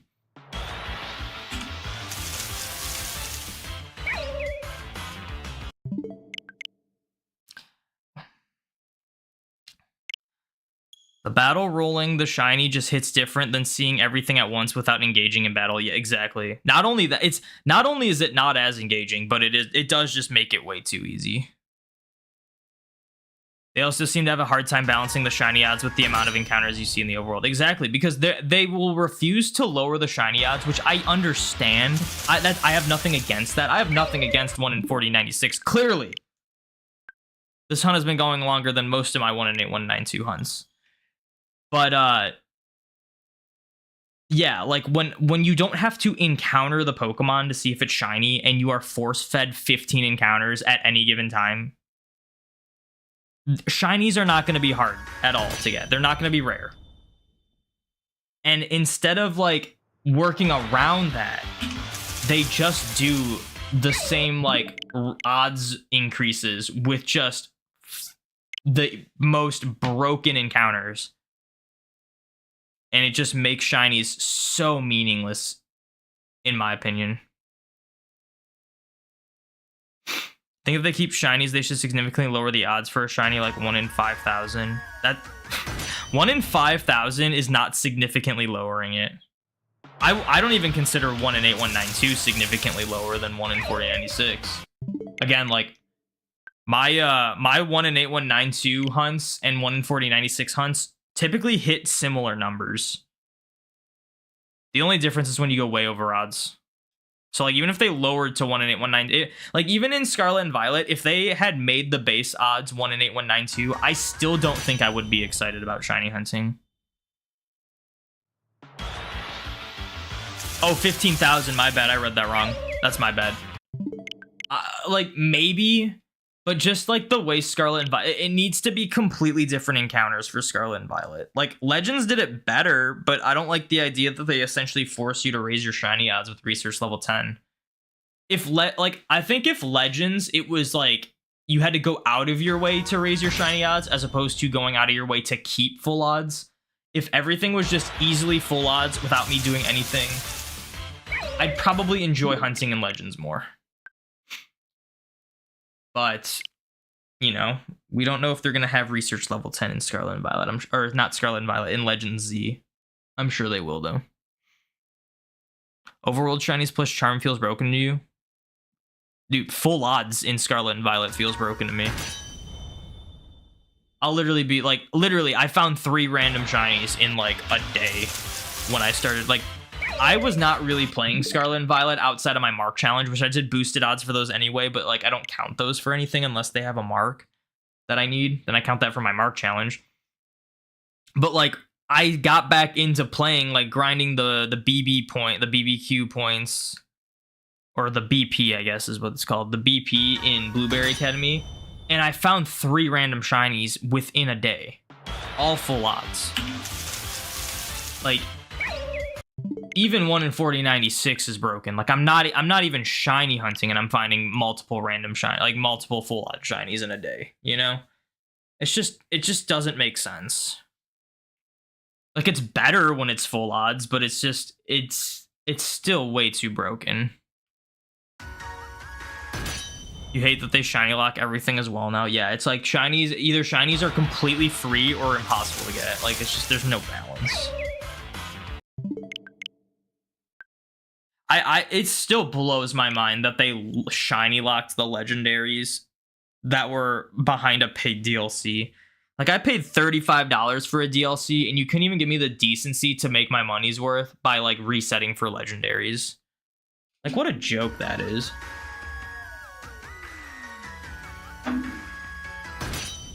I'd probably enjoy shiny hunting in Scarlet and Violet more if I was able to reset for those shiny legendaries. Because at least there'd be like a decent amount of good hunts, in my opinion, to do in Scarlet and Violet.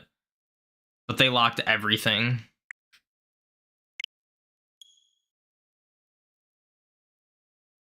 It is just so bad. I hope we never get a game like Scarlet and Violet again.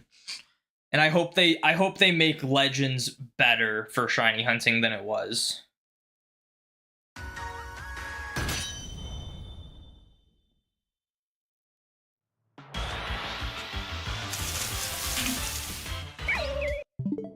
You just know there's going to be something equivalent to research level 10 in ZA, but not sure I'll be implemented. I mean, like, as long as you have to go out of your way to get it, as opposed to essentially being forced to get it, I'm okay with it. You know, I thought research perfection was fine. You have to go out of your way to get research perfection to get 2 additional shiny rolls. Like, that makes sense. Literally, research level 10 in Legends is like you catch like 1 or 2 of a certain species and it's just automatically research level 10. In order to complete the quests for showing a completed dex entry, you have to get research level 10. Like, they force you to raise your shiny odds to complete the game. And I just think that's so unfair. That's not okay. Like, that is forcing people to play a certain way when everyone plays differently. You know, I would never say people should be forced to full odds hunt. But why do we have to be forced to method hunt, you know? Like, that's not fair.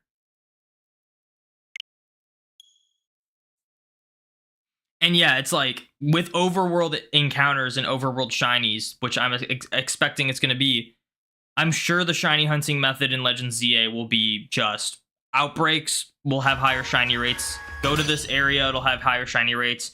Do one test to have either a temporary shiny boost or a permanent shiny boost. Like, it's not gonna be like a chain this Pokemon 30 times. It's never gonna be something like that. They just cannot do that in Overworld. They're very limited to what they can do with Overworld, but I guess they don't see that. Because we've had the same methods for the last 2 games. And there's nothing interesting about them. It's just this time in place has higher shiny odds, and it's the same exact thing as any other hunt. There's no variety in hunting in Scarlet and Violet. Still despise Dynamax Adventures, to be honest. Never got a shiny from them. I don't like Dynamax Adventures because of again, it's forcing you to raise your shiny odds.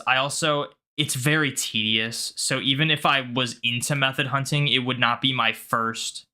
If I was more into method hunting, I should say, it would not be my first method to go to.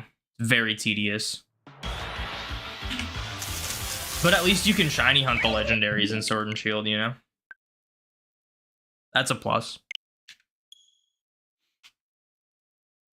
Yeah, because like I didn't like get out of my method thing until pretty much Legends, I guess.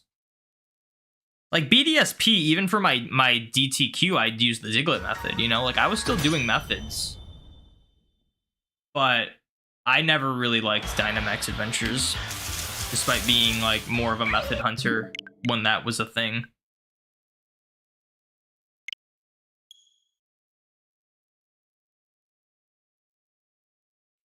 Exactly. Too much work, not to mention needing online to have a good chance at success. Yeah, you need online, which will be discontinued someday. So Zygarde will essentially be impossible to shiny hunt someday. They need to not do online shiny hunting methods anymore. They haven't. Like, Legends didn't have any, and Scarlet and Violet didn't have any, but, like, I mean, BDSP's Diglett method was atrocious, and it's only really effective if you have online people helping you collect Diglets. And that's just impossible to do now. Dynamax Adventures someday will just be impossible to do. For some of them. A lot of them you can solo, but, you know, something like Zygarde, very hard to do solo. If it's traditional, which you know won't be dope to have horde encounters back, yeah. I'm sure they'll just do it like Scarlet and Violet, where Pokemon will just spawn in hordes of 5, just overworld. And then you'll find a shiny every 5 minutes, and won't be anything exciting about it.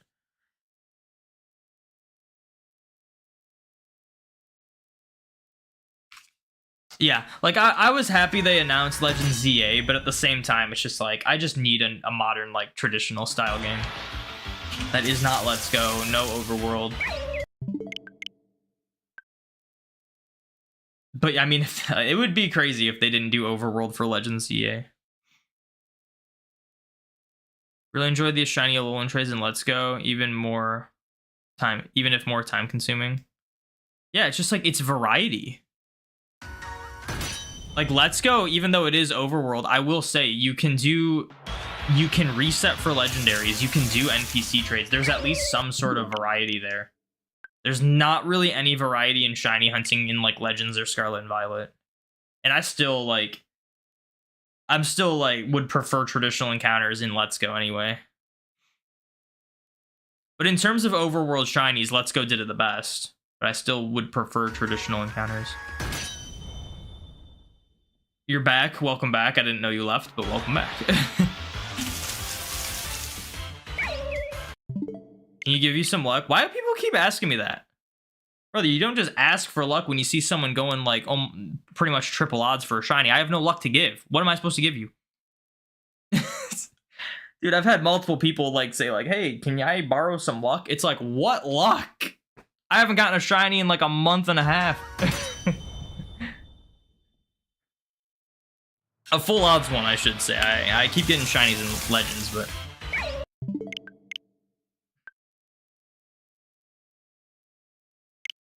Are you planning to shiny hunt Pokeraider, Skarmory, and BDSP? Any advice? The catch rate is terrible for Skarmory. Knows Brave Bird. I have no idea. I would say... I don't know. I don't know if I can give advice for that. If it's, like, really hard to catch, like, BDSP Pokeraider can be kind of tough.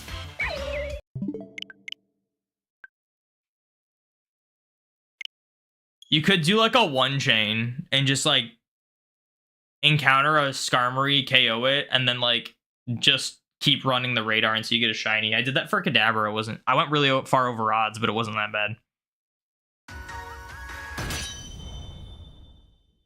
2 days shiny hunting Pidgey, result nothing.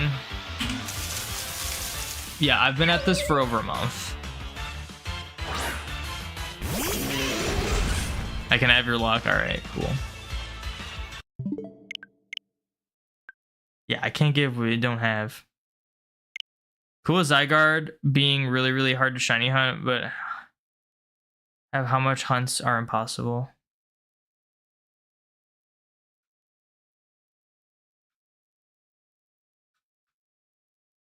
I'm not sure what the alone is replacing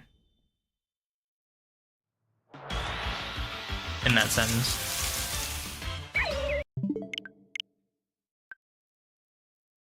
The thing about Zygarde being really tough to hunt is that it's really tough to hunt as a method hunt. I would just prefer if we could full odds reset for it. Like, that'd just be so much better, and then you don't have to rely on other people.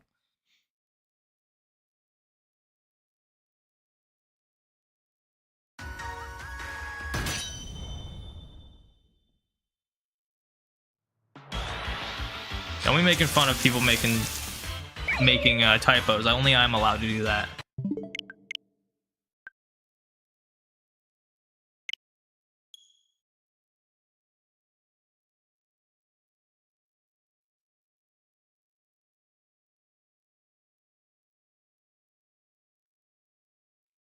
I gave you all of my luck. I did not. I never agreed to giving my luck, so I never gave it.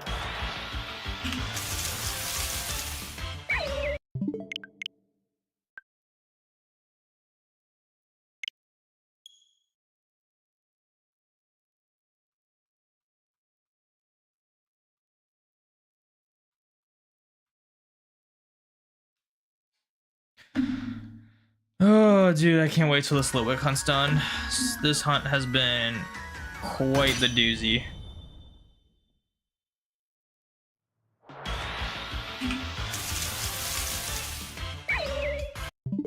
Fire red, leaf green, shiny SRs are the most satisfying. I disagree. If they didn't have the recap that you have to hit B through every time, I would agree. But the most satisfying resets are without a doubt Ruby Sapphire with a working battery. They are just ridiculously fast. We're talking like, I think it's like less than 10 seconds per reset. You mean hate, not Habe? Okay, let me see if I can figure this out again. Wait, what was Alone? What was Alone replacing though? You're cool with Zygarde being really hard to shiny hunts, but hate how much hunts are impossible.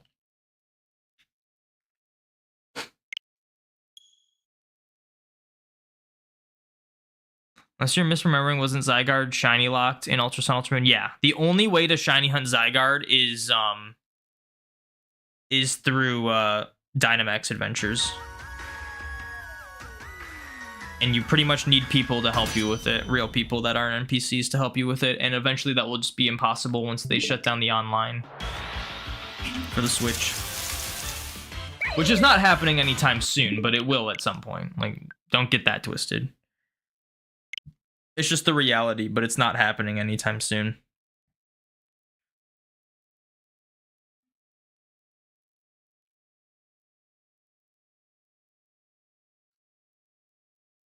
A shiny Kakuna? Nice.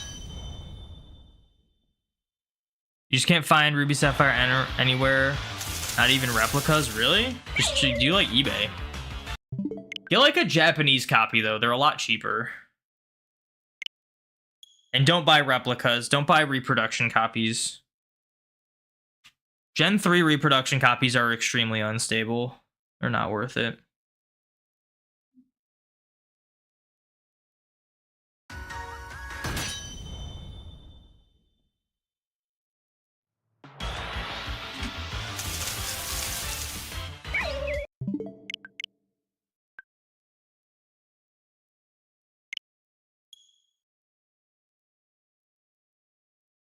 You mean it's hard hunting it alone, not in... Oh, okay, I see.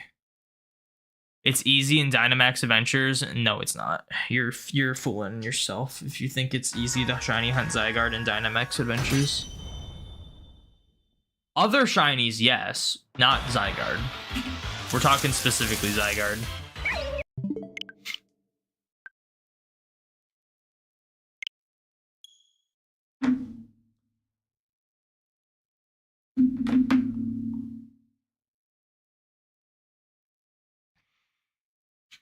Especially for Emerald. Japanese Emerald is $50.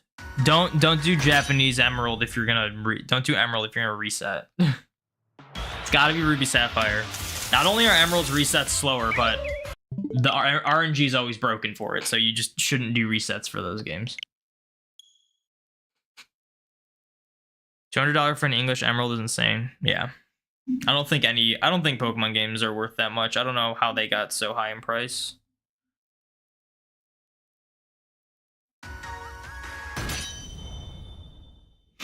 It's just so nice seeing them in person. You're gonna get another fake because of your Fire Red. Yeah, just get like a Japanese copy. It's way cheaper and it'll be authentic.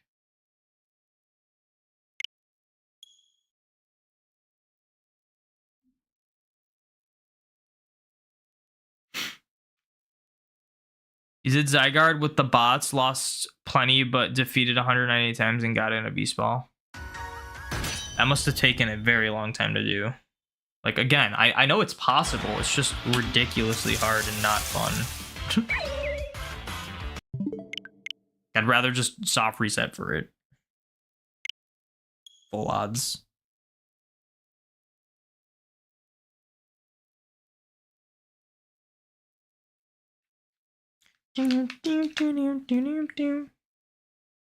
When is this Litwick gonna be shiny? This is terrible. This is awful.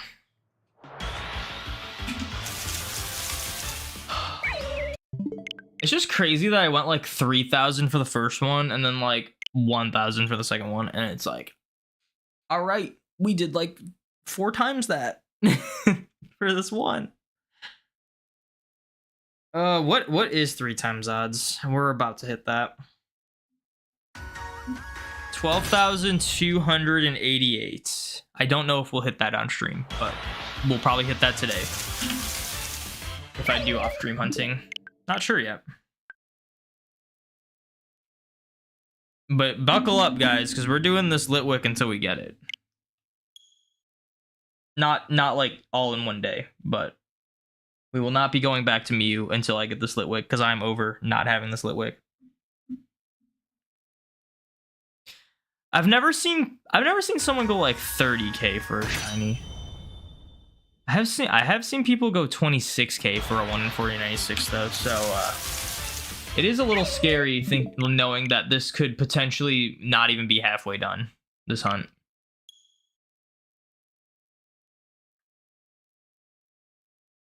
Shiny, did I not have shiny decks set up for that? I thought I did. Wait, hold on. I thought I had the Nightbot set up for YouTube.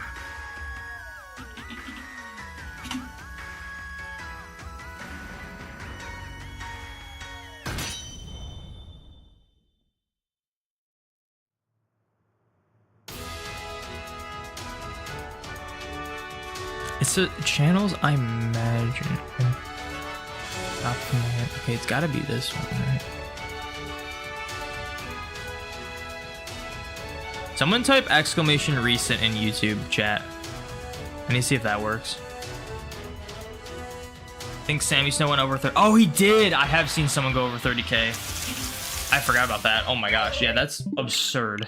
That's like 60k. No, not in YouTube chat. Okay, I set up Nightbot for YouTube. What the heck happened? I guess I gotta figure out how that works, because I set it up and it did work. Or maybe it didn't. I don't know. I guess the exclamation commands don't work in YouTube for now.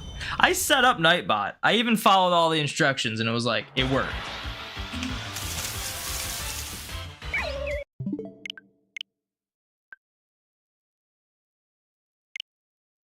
Yeah, I hope I get a shiny soon.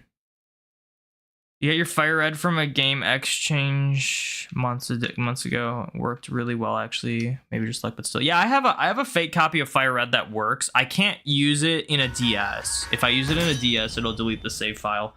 But I got really lucky, because normally fake copies you like can't trade or anything. And that's bad. Because then if you find a shiny, it's just stuck there.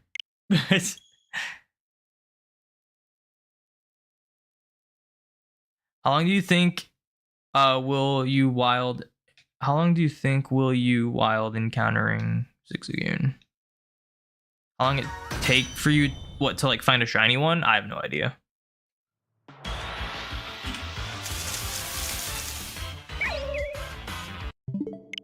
If only the AI was competent and not Mash, Rain Dance, or Helping Hand. Yeah, true.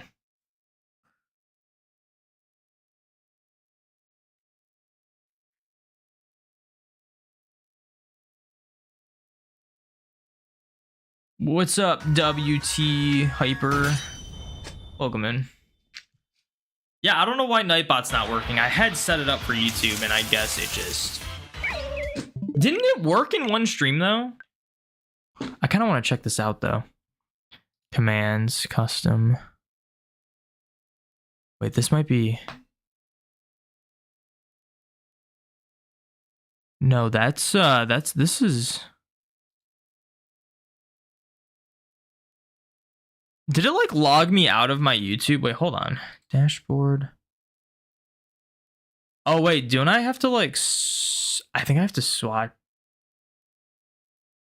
We'll log in with YouTube. Okay. That's what it was. You have to have like 2 separate Nightbot accounts.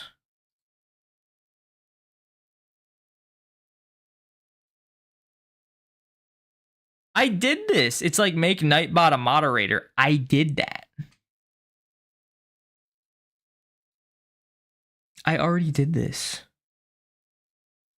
Let me see if I can get this working though. Also, it's very hot in this room. I need to turn my fan on. I already did this. Why is it not working?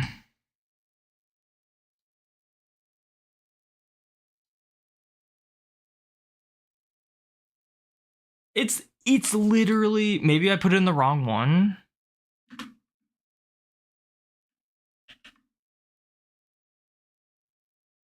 Save.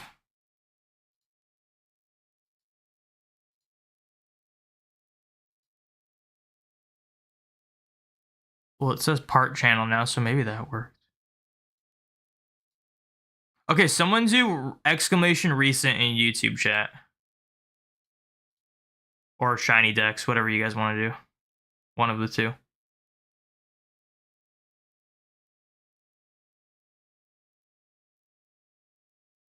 What the heck? It's still not working.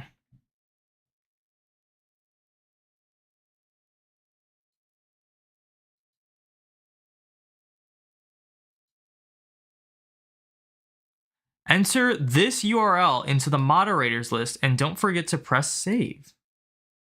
I did that. There's also 2 moderators lists. And it was in both, so I don't know how this isn't working.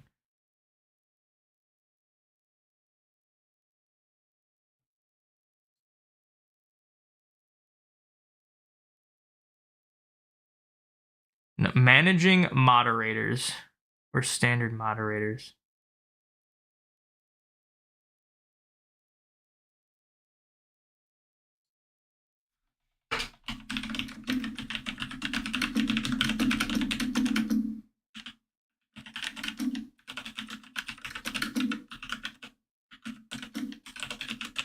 Unless someone just knows what the answer.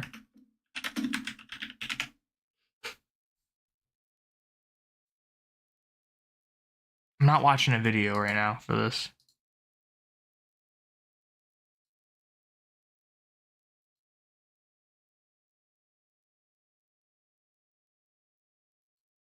Wouldn't it not matter? I mean, it's in. Can I put it in both? I think it auto deleted it from.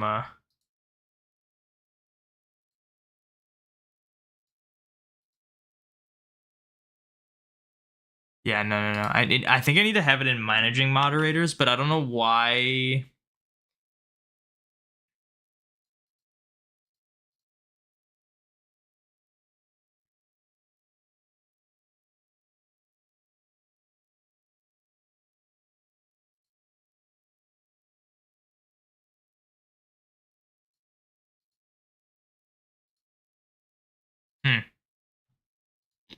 Yeah, I don't know why it's not working. Oh, it's working now. Wait, it's working now. Oh my gosh, it's working now. Why wasn't it working before? What the heck? All right, well, I guess it's working now. I didn't do anything different. Whatever. Shouldn't there be a cooldown? Or maybe there was, and I just haven't been looking. All right, well, I guess it's working now. I don't know why. I mean, I guess I get why, because I had it in the wrong moderating thing. But I put it in the right one and saved, and then it still wasn't working, and then I just did it again, and now it's working. So like I don't get that. But I guess it's working, so that's cool. All right. Alright, Nightbot should be working, but I only have exclamation recent and shiny decks.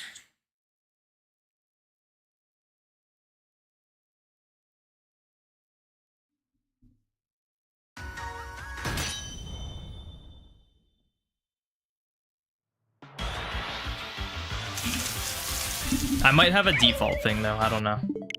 I don't remember what I set up for Nightbot.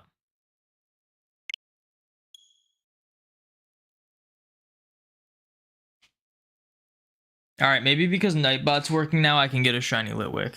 Actually, before I do that, I need to get more water. I'm out of water. So I'll do another one of them. We'll encounter this thing, and then I'll leave. So I'll be right back.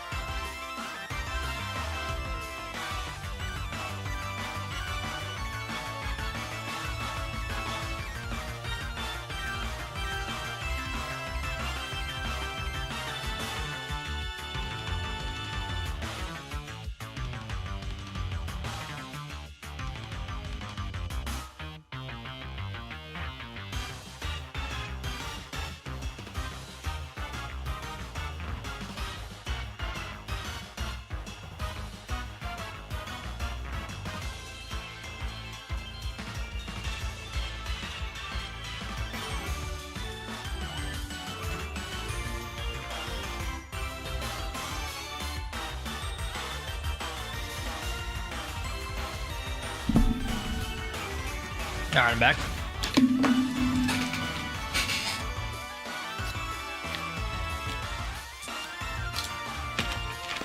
You guys are so funny. With your shinies. Yep. Totally shiny, guys. Totally believed it.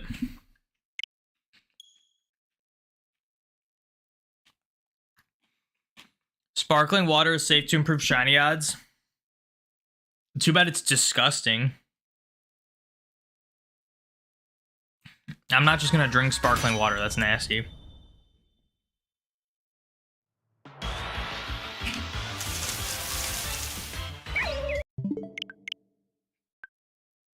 It would be crazy though if I did get a shiny on the reset that I leave. Cheeto water? That sounds even worse than sparkling water. Didn't Absol drink Cheeto water and said it was like somewhat good? Or something.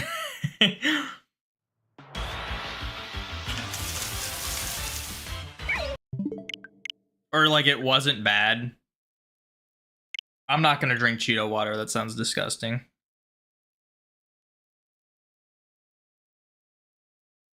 I'd be more inclined to drink Pilk than Cheeto water. Pilk feels like it could work in a way, but probably wouldn't. Just wouldn't be awful. And then Cheeto water sounds like it would be awful.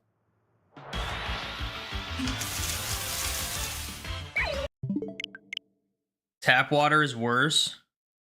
We have water from a well, so.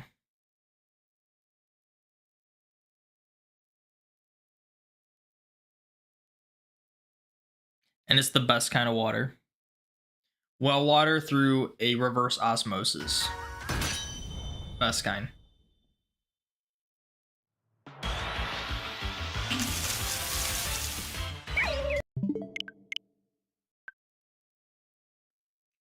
At what point is the Litwick gonna have a green eye? I hope I get this shiny before 15k. Yeah, filtered water is best water, yeah. I mean, unfiltered water is probably not the most safe thing to drink.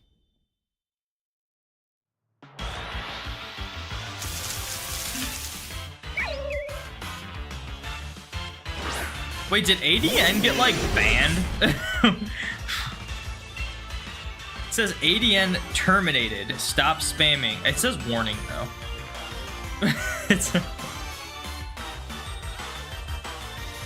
That'd be wild if Nightbot just started banning people.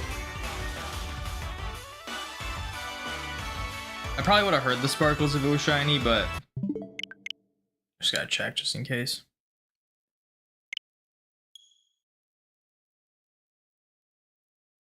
$11,970. I doubt it, but that'd be crazy. It really just, you get to a point where you're this far on a shiny, it just doesn't feel possible. I'm at that point. Every time, like, anytime I go super far for a shiny, I'm just like, yeah, this is not possible. Especially because I'm doing this via resets, and I have, like, never actually seen someone get a shiny via resets this way, even though I know it's possible. I say I know it's possible, but the superstition is like, maybe it's not. I know these aren't shiny locked, and I know I'm getting different Litwicks every time. It's just that the reset is the unpopular way to hunt these things, so there's no, like, video evidence, really, of people resetting for these. The only 2 videos I've seen of people quote-unquote resetting for them were via Switch recordings, so you couldn't actually see them resetting for it. It just shows the game booting up and then them getting a shiny. So it's like, not that I doubt them, but it's harder to believe that, you know? And it's... Feel like you just found first Cherubi via Outbreak and thought it didn't exist. Cherubi Outbreak. I gotta figure out how that permutation thing works, because I did find a Cherubi Outbreak in Legends, and we need 2 alphas, and it's just gonna be really tough without doing that permutation thing. But I've only ever seen 1 Cherubi Outbreak. They're very rare. I didn't know they existed until not that long ago. Permutation doesn't work for Cherubi. I thought someone told me it worked for non-massive mess outbreaks as well. So why wouldn't it work for Cherubi? Unless I was lied to. Either that or I'm misremembering something. It's not aggressive. Oh, is that a thing? It only works on Pokemon that, like, attack you? Well, that's not fun. I guess I do still have to hit trees.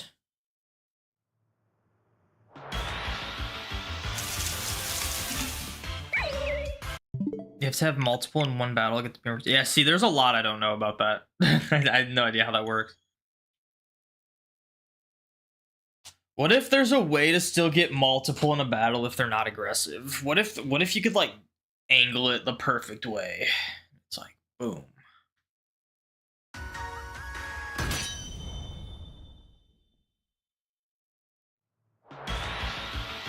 So I guess Cherubi's still gonna be really hard to get alpha.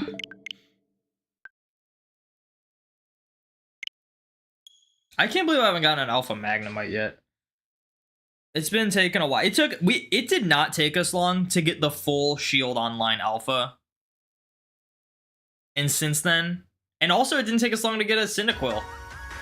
Those Space-Time Distortion exclusive, they did not take us long to get alpha until now, and it's like, I just want to get them.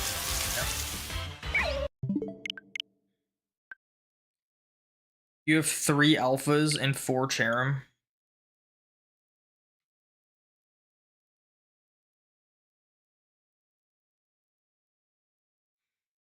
Do you know how long I've been at it? Are you trying to get a shiny one? Is that what you're trying to do?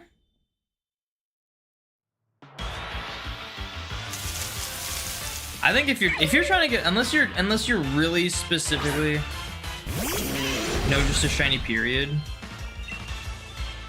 It's not hard to get shinies in Legends. Just, I'm a little confused. Are you talking about a shiny Cherubi? Or a shiny in Legends? Because I've gotten tons of shinies in Legends, and I have not been trying. All you gotta do, get yourself a shiny charm. Oh, shiny Cherubi. Does it have to be Legends? Because in my opinion, you're probably better off doing resets for it from a honey tree in BDSP. Oh, it has to be Legend. Okay, never mind then. Yeah, I'm like low key doing that too with my alpha challenge. Like I have shiny Magneton registered. I have like some shinies registered. But the only shinies I'm counting for like that Legends file are like they have to be Legends. So I kind of want to try to perfect the research for like the space-time distortion exclusives. You have one, you just got it an hour ago. Nice. Yeah, I'm just trying to get alpha Cherubi. But a shiny would be cool too. Once I'm done playing through X version, I think I'm going to try to like perfect the research of all the Berry Tree exclusives and Space-Time Distortion exclusive Pokemon.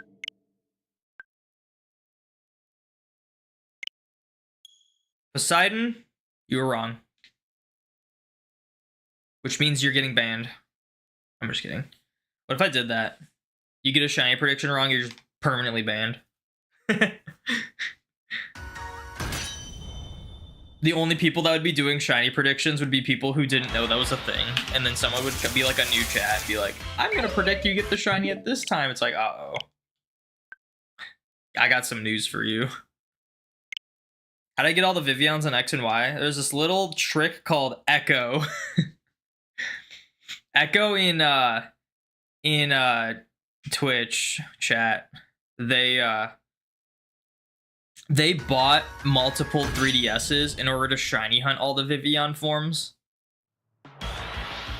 And this was like right before they allowed you to shiny hunt or to get the different Vivian forms in Scarlet and Violet. But they have all the versions, like all the 3DSs you need for every Vivian form. And they bred for them and traded me the eggs. So I was able to hatch the eggs so that it's my OT. And then North American 3DSs can get like more than half of them by themselves. So I was able to get like more than half of them myself. I did not know, Echo told me this, I didn't know the North American 3DS can get the Sandstorm Vivian. You can set your location to Saudi Arabia in the North American 3DS, which is wild. With Legends marks, you're only missing Cherim plus some EVs. As shinies. Oh, really? Wow, that's pretty cool. That'd be a fun dex to complete, but it'd be really tough. You didn't know that? Yeah, I didn't know you could get Sandstorm Vivian. For my original living dex, Sandstorm Vivian, it took me a while to find someone that was willing to trade one. And I didn't realize that the North American 3DS could just get it anyway, like, easily. So that was, I felt like a fool. They were trading me the eggs and I was like, do you have the Sandstorm one? They're like, no, because you can get it yourself. I was like, no, you can't. It's overseas. You can't get overseas ones. And they're like, no, you can. And I'm like, oh my gosh. You're ignoring distortions and moving to finishing that last. Interesting. Yeah, like it wouldn't be hard to get like every shiny outside of like the trees and distortions. But once you include the trees and distortions, it's like, it's crazy tough.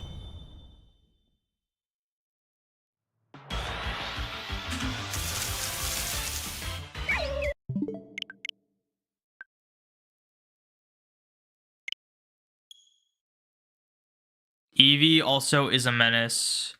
Does Eevee outbreak? I thought Eevee could outbreak, at least. JG, thank you for the shiny luck. Does it not?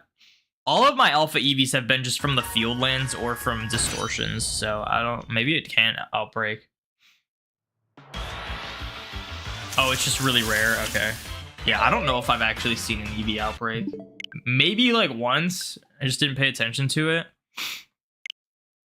Just assumed it was like really easy, or just like a normal outbreak. Can't wait to see the XY video. So once I finish playing through X, which I just beat the second gym, which sounds like I'm not very far, but after like the second gym takes a really long time to get to in X and Y. Like it's like you go to the first gym pretty quickly, The second gym is like this whole process to get to. And then after that, you get like a new gym like every town pretty much. So after I beat the second gym, it's a lot smoother sailing. I need to catch Xerneas and then Zygarde again. Gotta get 2 Zygardes.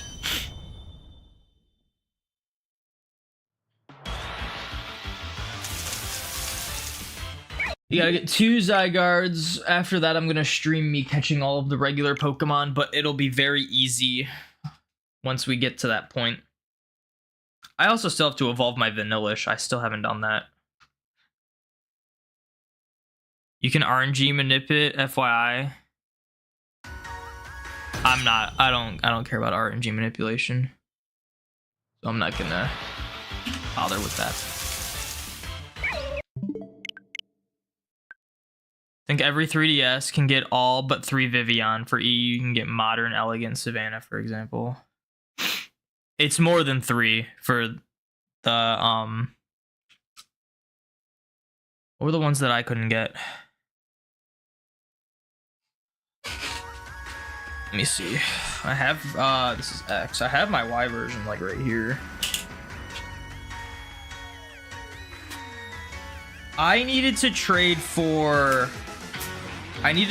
Echo for Modern. Sorry, not Modern. Meadow. I needed Echo for Meadow, Elegant, Garden.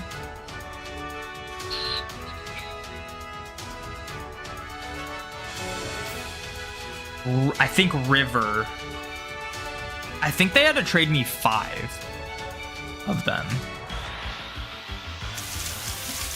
I think they had to trade me 5.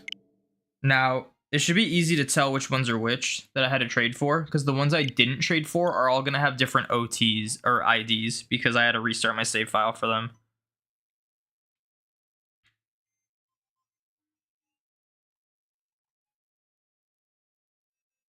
Let's see what we got here.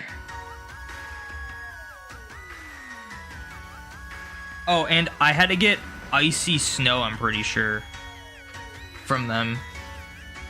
So Icy Snow. Oh, and Tundra. I had to get Tundra. I had to get like 6 from Echo. Tundra. Let's see. I need to just go to summary. ID 18275. 18275. Wait. Oh, the polar is mine, so I just caught that on that save file. 18275. So I could get Continental, Modern, Polar, Marine, Archipelago. What the heck is this one? High Plains, Sandstorm, Savannah,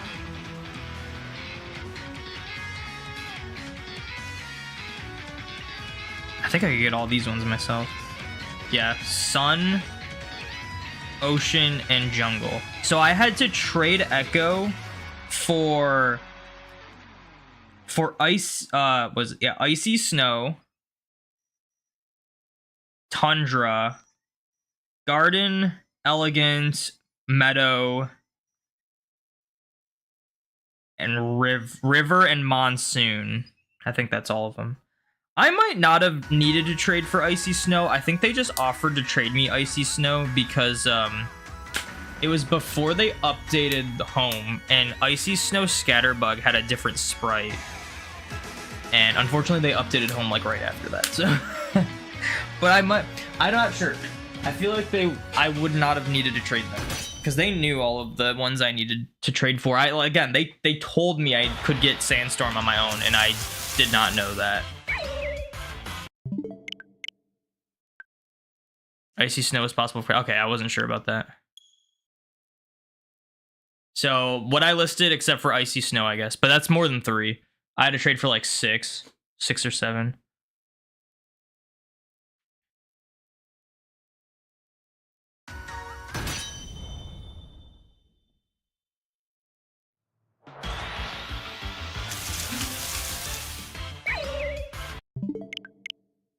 You were gonna hunt for Indeedee, encountering only Brilliant, but you decided to be mean to yourself and live in Glimwood Tankle. Good luck. That's a tough one. It's 5%. And then there's like no way to increase its encounter rate.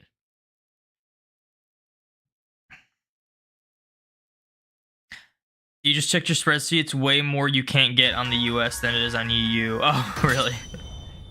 Which is crazy because I could still get way more than half of them on the North American one. Like you can get like 12 out of the 18. So yeah, it's like 6 that you need to trade for. But yeah, it's really cool having all of them. Like I never thought I'd be able to have all of them from the original games with my OT. Because originally, like in my home, I had to trade for some, like just trade people that had the Vivians. Now they're all my OT.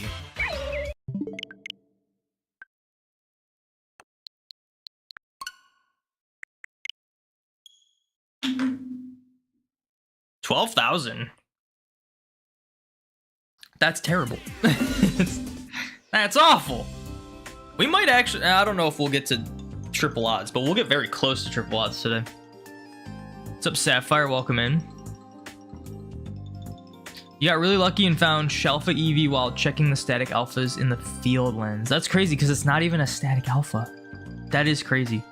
I've only seen like 2 alpha EVs in the field lens. Seen a couple in the Obsidian lens and the Alabaster Icelands. Maybe having it idle for an extended period of time.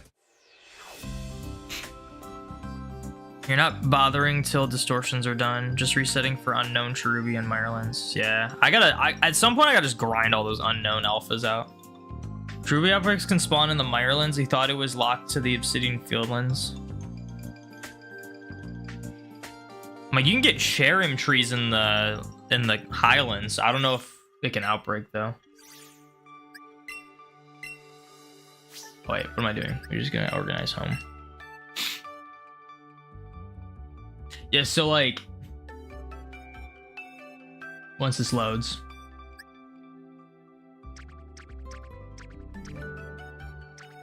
I gotta go slow because I don't have the L button. I can't go to the previous box. So yeah, like all these Vivians, like I have these. Like I have this in like my OT. But like this one I just had to trade someone on like GTS. Same with like, oh I know this was one I could get.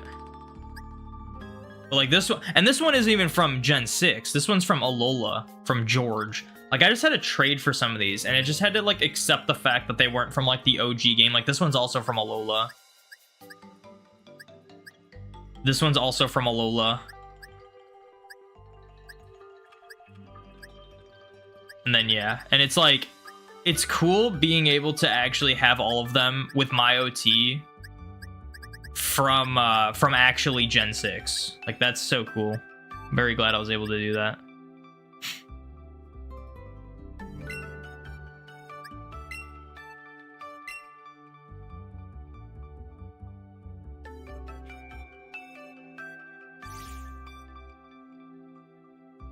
You shiny hunted them all in Scarlet and Violet. I'll probably do that at some point.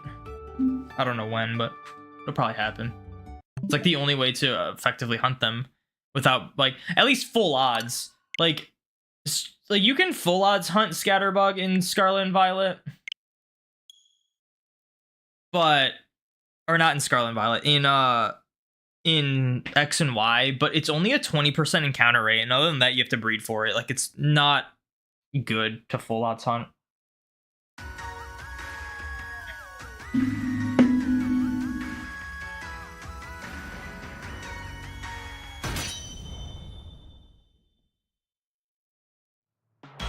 You can get 15. That's crazy. 15 is a lot. Yeah, I could get like 12.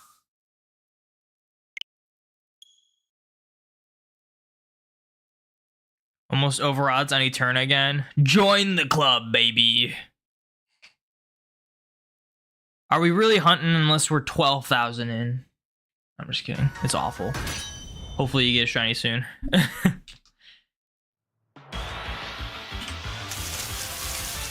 Are Cherubi outbreaks rare? Yeah, I've only ever seen one.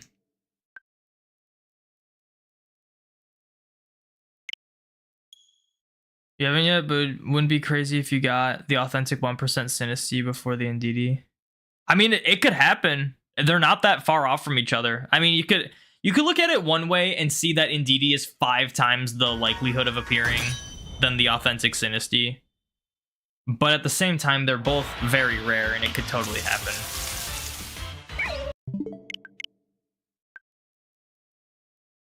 You're in phase 4 for Budu. That sucks.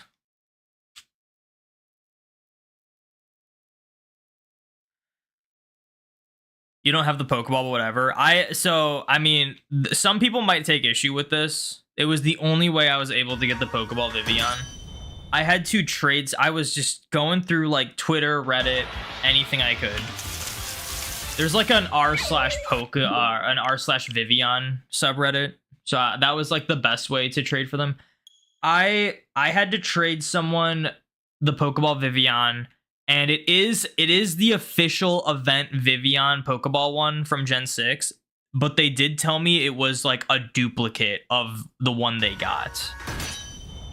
So it's not like they just claimed the event and then traded it to me. Like, no, they claimed the event and then like duplicated it and then traded it to me. So it's not like 100% legit, but it is like the event Vivian, because I missed out on that event.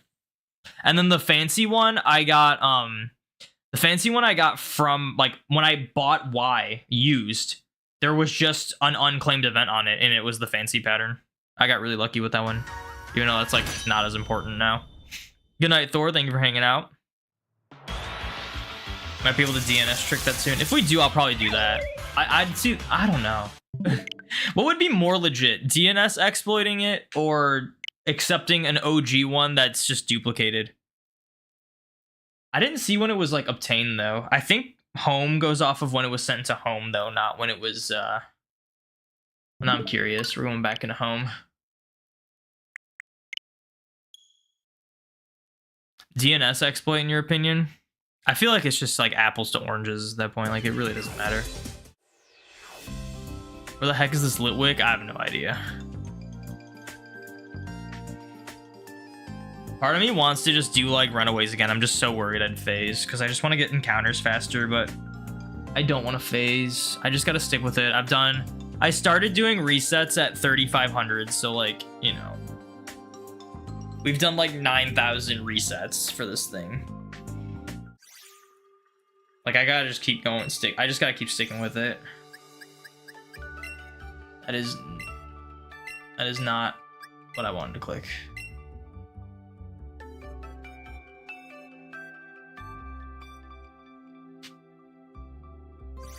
Hunting used cartridges is legit. I didn't say it wasn't.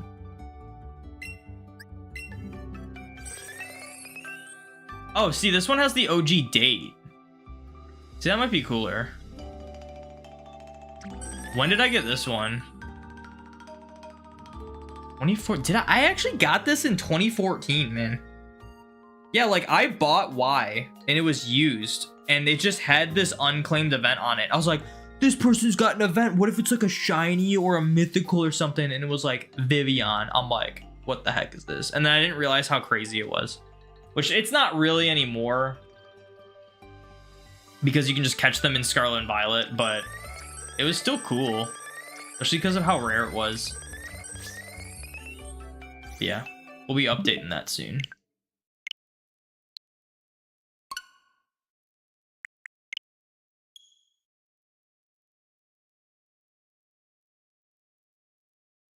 If you don't get it today, how many resets do you think we're going to? I don't know, honestly. We'll probably get another 250 in at least. I say at least, but like, I don't know. Will I keep going after that? I'm not sure. There's a good chance we hit triple odds on stream. You hope Game Freak brings Furfrou back? Already confirmed. Next game's gonna have Furfrou in it. It's already been confirmed. So get excited. Furfrou's coming back in 2025, baby. But I ain't waiting that long to do my Gen 6 living deck, so I'm just gonna say, hey, I'm waiting until Legend ZA comes out to change their forms. Sometimes you just gotta do some unconventional methods, you know? You want a legit Pharaoh farm on the Switch? Yeah, I mean, once Legends ZA comes out, it'll be possible. You won't have to trade cheaters or spoofers or travel the world to get go big old G symbol furfru in your home. It's gonna be great. Threaten the Litwick with death. I think it's a ghost type, so isn't it like somewhat dead already? Probably don't care. Really hope it has Gorbis, one of your favorite trade mons you haven't seen since Alola. Can't you get Gorbis in BDSP? Or am I mistaken? I'm pretty sure you can catch pretty much every Gen 1 through 4 Pokemon in BDSP via like the Grand Underground. Threaten it with Exorcism. Yeah.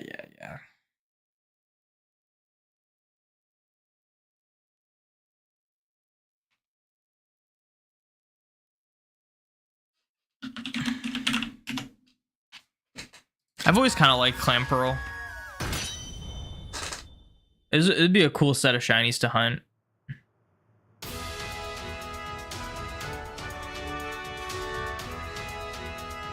Yeah, you can get it with the Super Rod in BDSP, Route 219, 221, and then you can find it in the Grand Underground after you obtain the National Dex.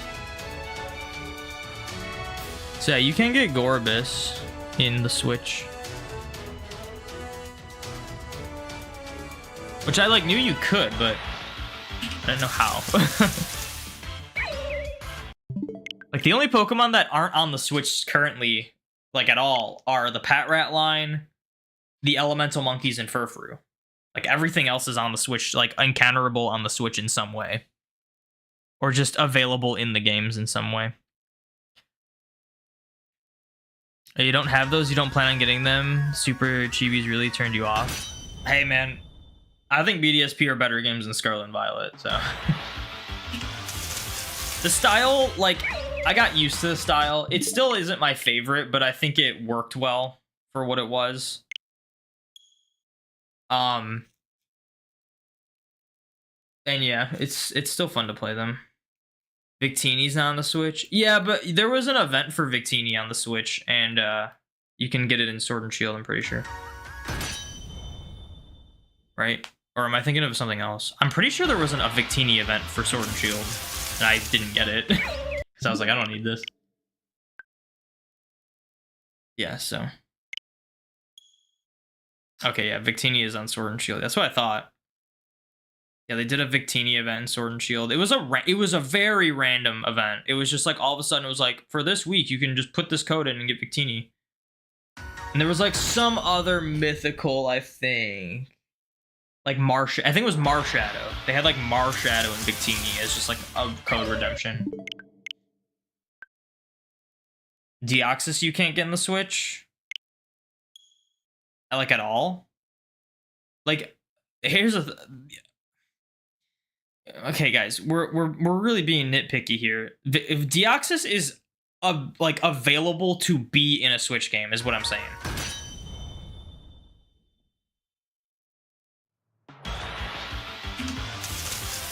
Like, you can put Deoxys in BDSP. You can have Deoxys in BDSP. You can have Deoxys in Scarlet and Violet.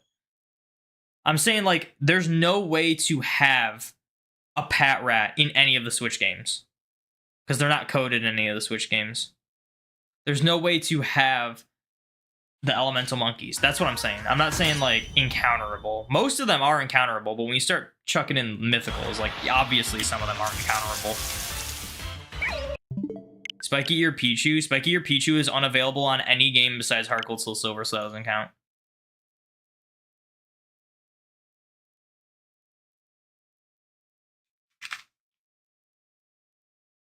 Yeah, you can't get the contest Pikachus either. I hope they don't do any more of those. Or, like, I mean, they wouldn't at this point. But it would have been better if they just let us get, like, Spiky Ear Pichu on like, in home. But at this point, they wouldn't. Because the people who had the legit event in the past just it'll still be locked to those games. I wonder, like, if they did a distribution for the cosplay Pikachus on the Switch. I guess they could make it so you can transfer the ones from the 3DS onto the Switch, but they'd have to update home for that. And just lock them out of everything that isn't home. Sorry, update bank for that, not home. Like Ash Greninja. Ash Greninja is still technically available. It just doesn't turn into Ash Greninja anymore. It's the Battle Bond Greninja. That's like an alternate form that is on the Switch, and it counts as a different form in home anyway. It just doesn't turn into Ash Greninja anymore, which is pretty stupid. But who knows? Maybe in Legends ZA it will again. I think the reason it didn't turn into Ash Greninja and Scarlet and Violet is because it's like it would have been broken, and it's like it's kind of like a mega, and they just don't have megas in Scarlet and Violet. So I wonder if they would just like put it in ZA. That'd be kind of cool. They bring that back. I was pretty disappointed they kind of discontinued. I don't like when they discontinue stuff. As much as I'm not like the biggest fan of Greninja and I think it's a little overrated, it still bothers me when they discontinue stuff. That's why I'm not a fan of like Terrestrialization or like Gigantamax. Like Megas were cool because they didn't discontinue them. It felt like a permanent feature, and then they did, and then it wasn't cool anymore. Canon-wise, it's a Mega without a Mega Stone. So yeah, that's probably like that. Like I guess there is a chance they bring it back in ZA. It'd be cool. I still have to get Greninja, Battle Bond Greninja. I should be able to, no issues. It's just something I gotta remember to do. They had a Spiky Ear Pichu mystery gift in Scarlet and Violet. Picture? Wait, Spiky Ear... It's Spiky Ear Pichu mystery... No, they didn't. Would have known about that if they did. Not in Scarlet and Violet. It was only in Heart Gold Soul Silver. Spiky Ear Pichu is an alternate costume for Pichu in Smash Ultimate, though. Megas and Terrestrial are your favorites. Z moves were mostly couldn't stand Gigantamax except for Toxtricity. I thought Gigantamax was cool. They felt like Megas and Z moves combined, and they felt like more balanced. But I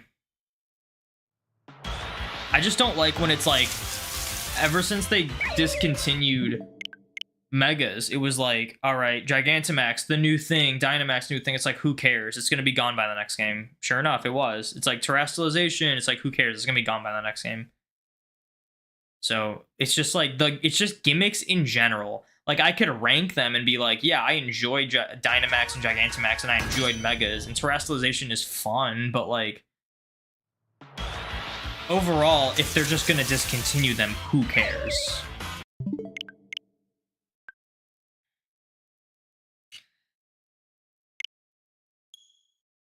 Yeah, they did. You don't think it was shiny, though? You are severely misinformed. They did not do Spiky Ear Pichu in Scarlet and Violet. And I'm not looking it up because I think you're just trying to mess with me. Canon in general requires an extreme bond and a stone, but Greninja, thanks to Ash's aura ability, was able to do it without the stone. Also, I mean, there's also Rayquaza didn't need a stone either, so I don't know.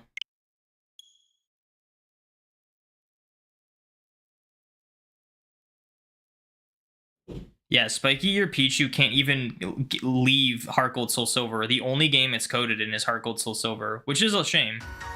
It'd be cool to get it for like home, but can't. Rayquaza has a stone? No, it's just it uses Dragon Ascent. It's actually in its throat. Oh, well, gameplay wise, it's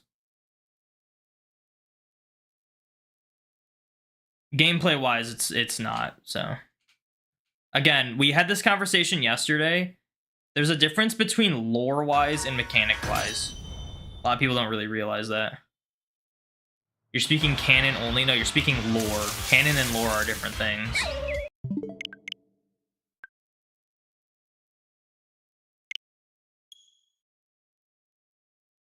You can what?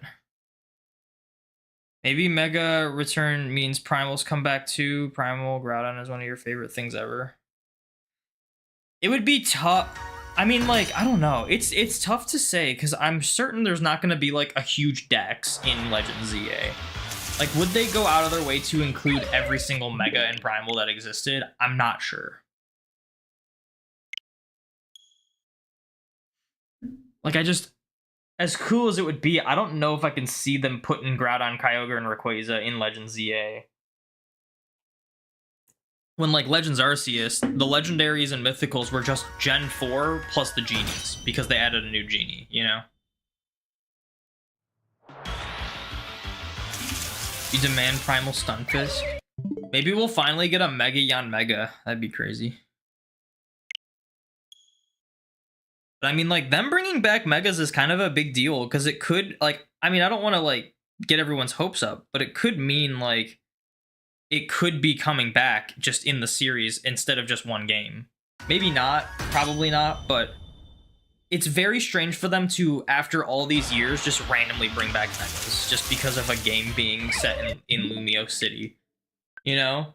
Like, why put all the work if you're just gonna, like, have it just be that for that one game? Especially because they're, like, they're in Go, they're in, like, Masters and stuff. Like, it'd be cool if they just made it a permanent game mechanic. Maybe, like, have, like, what they did with Sun and Moon was cool, where it was, like, Z moves were the new thing, but Megas were still available, and you could have a Mega and a Z move on your team. Like, it was just cool, it just added more to it.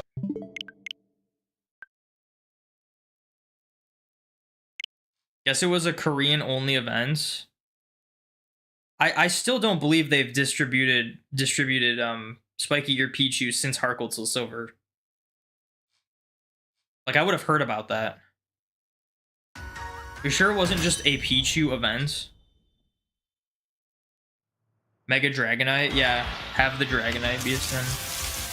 I mean, people are theorizing that that Mega Dragonite might be a thing in Legends ZA because in the trailer, it was mostly just Kalos Pokemon and then Pokemon that had Megas. And they had Dragonair in it. Cerebi knows. I know, I just don't want to search it up because I'm so 100% certain that it's not. Like, I'm just going to be looking like a fool searching this up being like, yep, didn't exist.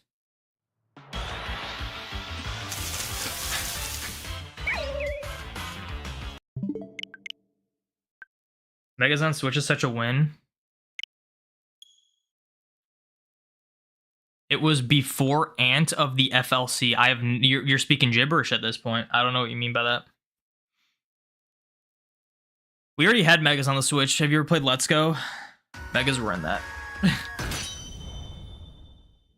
Mega Venusaur sweeps the Elite Four in Let's Go.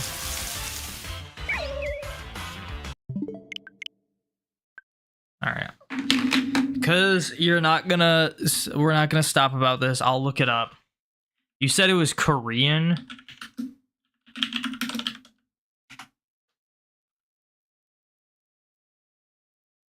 That's crazy. There's a South Korea Pichu event for Scarlet and Violet. But guess what? Doesn't have spiky ears. Who would have thought?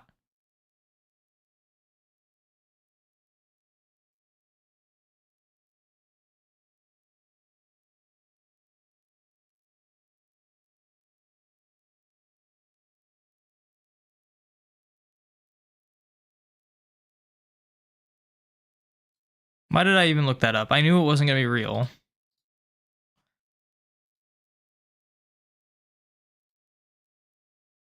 Am I being trolled? Probably. Either that or the person genuinely believes that when I say Spike Eat Your Pichu, they think I just mean Pichu. When that's just not the case.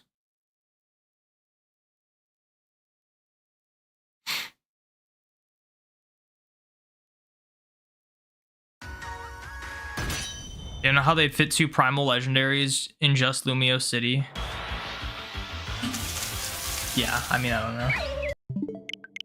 don't know. I still am kind of trying to wrap my head around how they're going to make it only Lumios. You've never actually played Let's Go? Yeah. Let's Go has Megas, but it's not like, it's only the Gen 1 Megas that exist. It's not, you know, Let's Go's only Gen 1, so... Do you hear about the Chinese distribution event for Mew 3? No. I don't think Brandon was trying to troll me. I think they were just... I think they just assumed I meant Pichu and not spiky-eared Pichu. I think they just heard Pichu and was just like, wait, what do you mean Pichu's not available? They had a Pichu distribution. Although they were saying spiky-eared, but I don't know where they were getting that from. You were just wrong? Okay. Yeah, I mean, like, I've been at this for a while. I would have known if they did a spiky-eared Pichu event that you could, like, put in home and stuff. Like, I wish they did. It's a shame that, like, the spiky-eared Pichu's only in Heart Gold Soul Silver and, like, the cosplay Pikachu's are only in Omega Ruby Alpha Sapphire. Like, it'd be nice to get those for a living dex. Do you dream of the day Hoenn comes to the Switch 2, even if it's another decade from now? I mean, you're gonna have to wait a while for that. Unless you're okay with Virtual Console, because there's a chance they do Virtual Console for the Switch 2. But it's gonna be a while before they do a remake for Hoenn. They already did that for the 3DS. Next remake in line is gonna be Johto. After that, it's gonna be Black and White. Then after that, I guess it would be X and Y, right?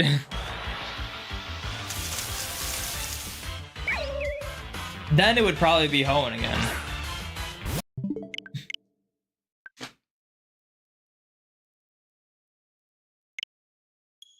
You think that we'll get a mythical for Scarlet and Violet before ZA releases?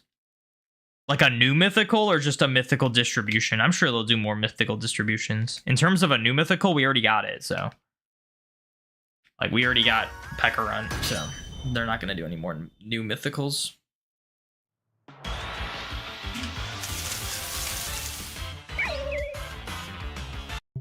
Hope if they do a Legends Celebi Heart Gold Silver remake some point, they add the spiky Pichu. That'd be cool. I mean, we're still hoping they add Eternal Flower Floette to Legends ZA. I guess it wouldn't be out of the realm of possibilities if we do get Eternal Flower Floette in Legends.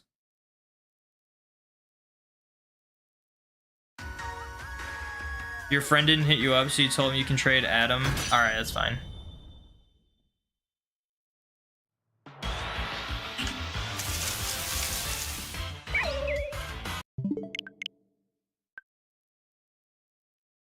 Emerald Virtual Console would be super awesome. It'd be cool if they did the like Mew distribution and Deoxys distribution and stuff, like without, you know, like how they did Celebi and Crystal, where you just every copy has the Celebi event in it already. It'd be cool if they did that. Mike Briggs, thank you for the shiny luck.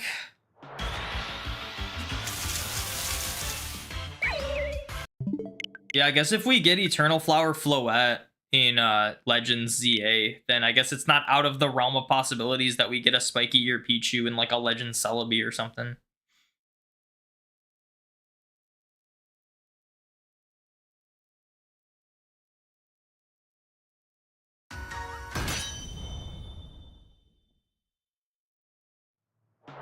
The thing about the Virtual Console is that, like, I think they are just gonna, like, it's tough. I want to be, like, hopeful and think they're just gonna do Virtual Console for those games on the Switch 2. Like, they're just waiting for the Switch 2, and it's like, once that's out, they'll just do them, like, next Pokemon Day or something, they'll announce them. But, on the other hand, part of me thinks that there's a solid chance that Nintendo wants it only to be done via the NSO. And because of that, they're not going to do it, if that's the case. So I just don't know if we're getting Virtual Console. Or, like, you know, the NSO, like, games. You understand why Game Freak locks shinies just to never distribute them ever, like Victini? Yeah, it's really stupid.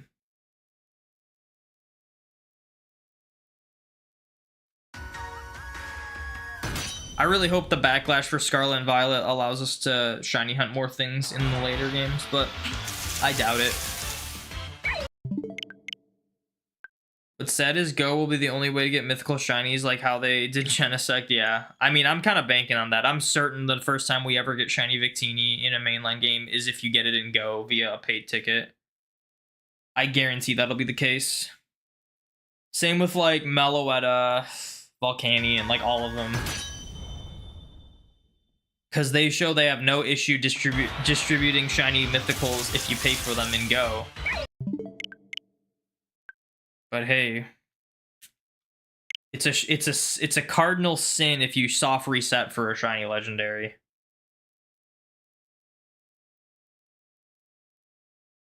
Yeah, I know you can get the shiny Genesect in Gen 5, but a lot of people don't really have access to that. Also, if they shut Bank down, then that will also just not be a way to get it anymore in the modern games.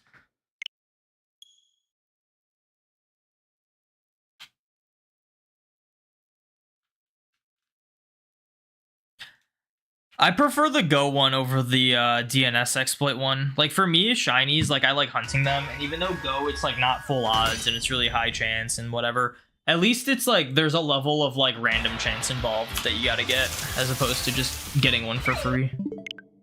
First try every time. So I have shiny Genesect in home from Go, but I mean, it's still stupid. It's be cool if we could just shiny hunt it.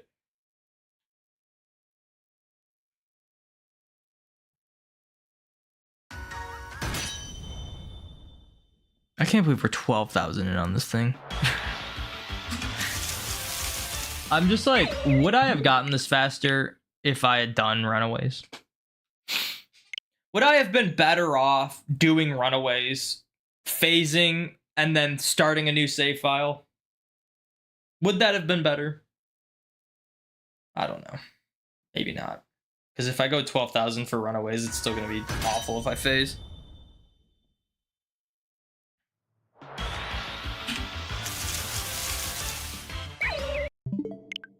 You only like the Gen 5 version more for the ribbon mastering purposes? Yeah, I get that. Also, it doesn't have a big ugly G in front of it when you have it in home. Do I have an all-time favorite shiny? Yours is Lunala. I don't really have like an all-time favorite, but I have a handful that I consider like my favorites. Shiny Mew, Shiny Mega Gardevoir, Shiny Kanto Slowbro, Shiny Kanto Weezing, Shiny Obstagoon. The entire Shiny Trico line is awesome. Low-key shiny Hisuian Sneasel might be up there though. It's such a really cool shiny.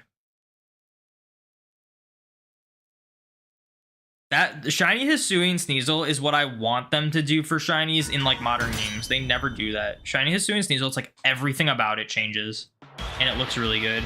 They like never do that anymore in like modern games. There's always like one or two colors that remain unchanged, or they just don't change that much.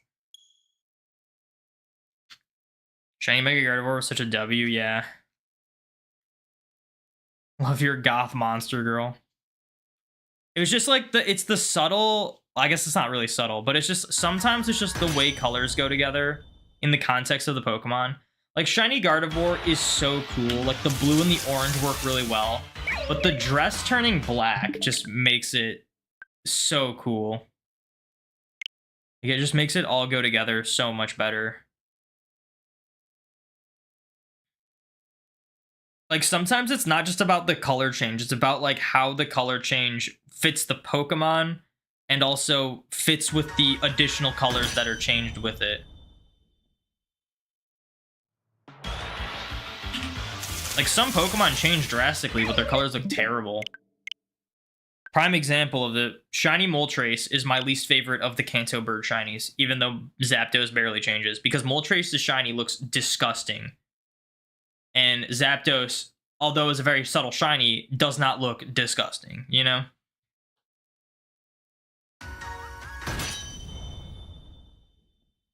How do you shiny hunt for Genesect again? Well, to hunt it, you just have to wait till it's available in Go via raids, and then just hope you get lucky with the raids. To just get a distributed shiny Genesect, you need to have a Japanese or Korean version of, what, Black 2, White 2? Was it Black 2, White 2? And then use the DNS exploit to get that. Chandelure is another of mine. Chandelure is cool, but it's not like a favorite shiny. Like when I think of like a cool Gen 5 shiny, I think of like Heatmore. Heatmore is a really cool one. Such a wacky change. It's like so drastic, but like you just would never see a shiny like that anymore. Now that they like design every single one of them.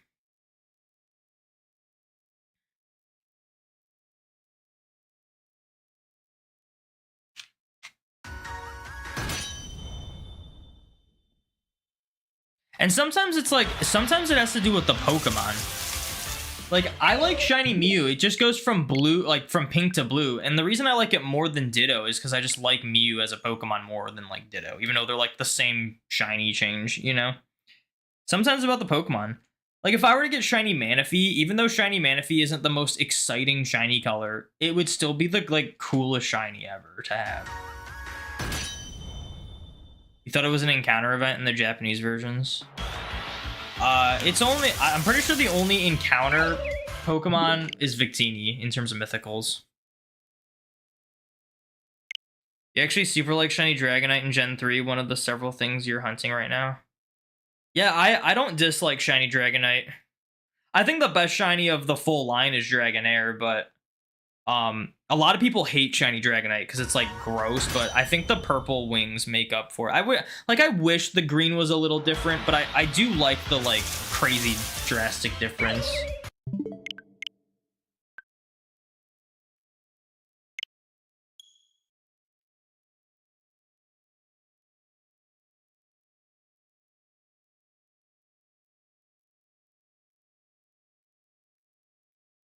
But like with like the Trico line, you know, like I really like the green it changes to, and then it's like the red that goes with it. Looks really cool.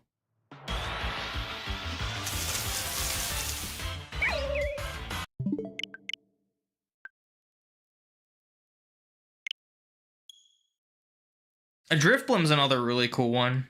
I feel like Drifblim has kind of gone down on the list though because it's kind of everywhere in every Pokemon game now. It's kind of like the new Zubat. Like, Zubat's not a bad shiny. It's just so many people get it that it's like not really that exciting when you find it anymore. Like Drifblim. Like Drifblim was so cool as a shiny. Like Drifloon and Drifblim in like the OG like Diamond Pearl Platinum. But now it's like Legends, shiny Drifblim's very common. Scarlet Violet, shiny Drifblim's are really common. Like, you know, it's kind of like okay, you know. It's like Poochyena, you know? Like Poochyena's a really cool shiny, but when you encounter an uncatchable one and you see so many people get uncatchable ones, it's just like you don't really pay attention to it. Like sometimes it's more than just the color change that makes a shiny cool.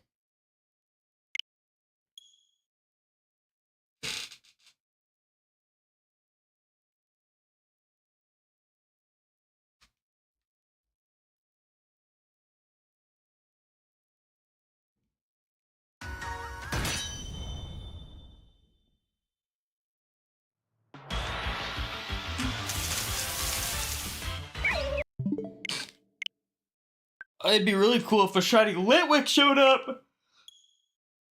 I think the ironic thing is that I just hunted for Chandelure with a mark in Scarlet and Violet with that boosted odds event and saw like 400 shiny Litwicks, and now it's like I'm trying to get one full odds one, and it's like,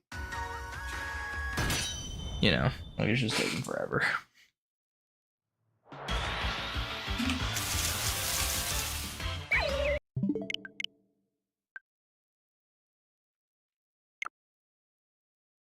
Oops.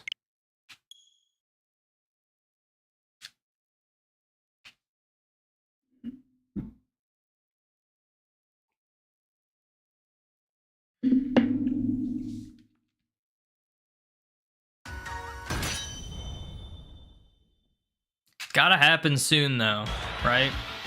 Maybe not.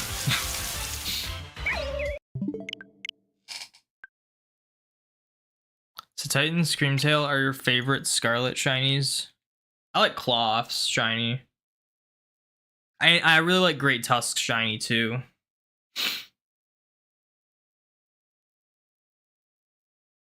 That's like it. Scarlet and Violet has awful shinies, I'm gonna be honest. Its shinies are so bad. It's easily the weakest generation when it comes to shinies. Not only are shinies not fun to find in it and not exciting, but they also don't look good either.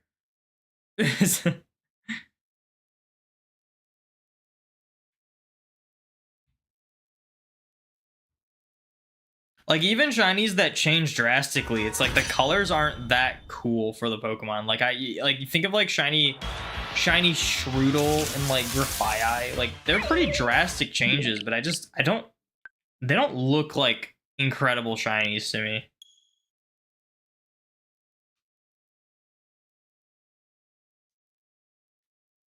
Koraidon if it was available. Chi-Yu if it was available. Actually, the Treasures of Ruin are all pretty cool shinies except for Ting-Lu. Ting-Lu is kind of like whatever. Xian Pao, Chi-Yu, and Wo Chien are all really cool shinies. Really like shiny Meowscarada, but I think you prefer doing Masuda on Sword and Shield. Yeah, I'm not a fan of really any of the shiny starters in Scarlet and Violet. I think the best two ones are probably Skeledirge because it's more of a bright pink, and Quaxwell because it's like more of that like aqua green color, sea foam color kind of thing. But like, I don't really care for any of the shiny Sprigatito line. Fuecoco and Crocolore are like whatever. Quaxley is like, Quaquaval's just like,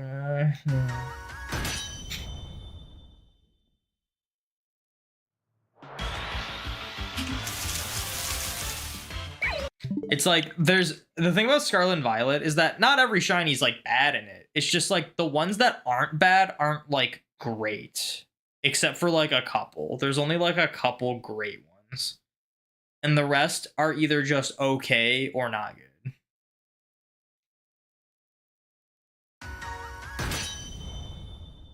And it's really disappointing because it really does feel like they didn't try with the shinies in Scarlet and Violet. I wouldn't be surprised if their mindset was like, well, people will hunt them anyway. It doesn't matter what we color them. Guys, I can't think of a cool color for Ceruledge. Don't worry about it. People will hunt it anyway. Just change the eye color a little bit.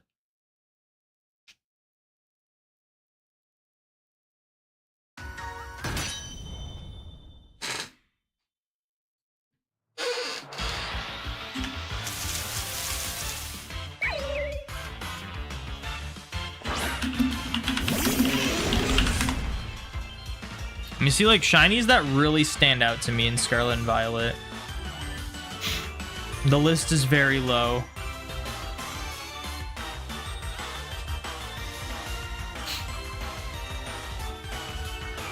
It's just not gonna load. There we go. Shinies that, like, really stand out to me in Scarlet and Violet.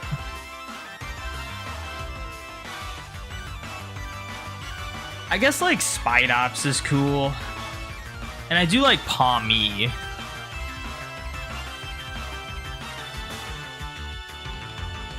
A lot of people like Bellybolt. It's good. It's not like crazy. Toadscruel's like okay. I do really like Cloth. Rellor is pretty cool. I will say Rellor is pretty cool.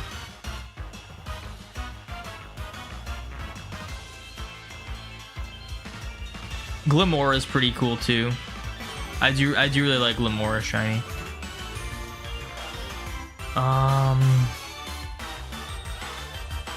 And then I do really like Great Tusk. And then like Chi-Yu, Xian Pao, Wo Chien are pretty cool. Koraidon's pretty cool. Walking Wake's cool, but I mean Suicune's shiny's cool. And then like all these shinies. Oh, Gouging Fire is a really cool shiny, I will say. But we can't get it, so that's neat. That's pretty much it. Like, that's all I can think of, and some of those aren't even, like, crazy good. You know?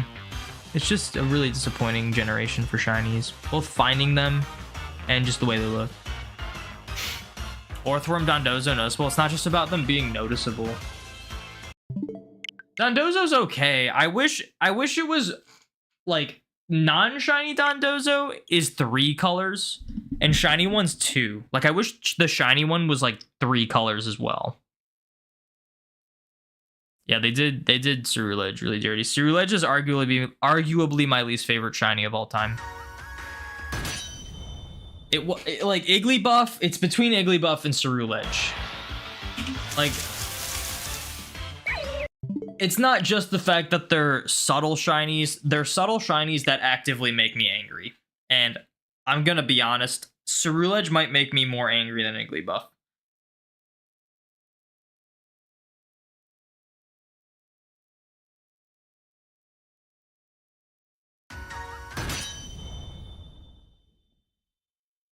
Minior? Minior's got a cool shiny, though. Are you talking about just in Scarlet and Violet? That's just what happens when they do overworld shinies. Blame the game, not the Pokemon.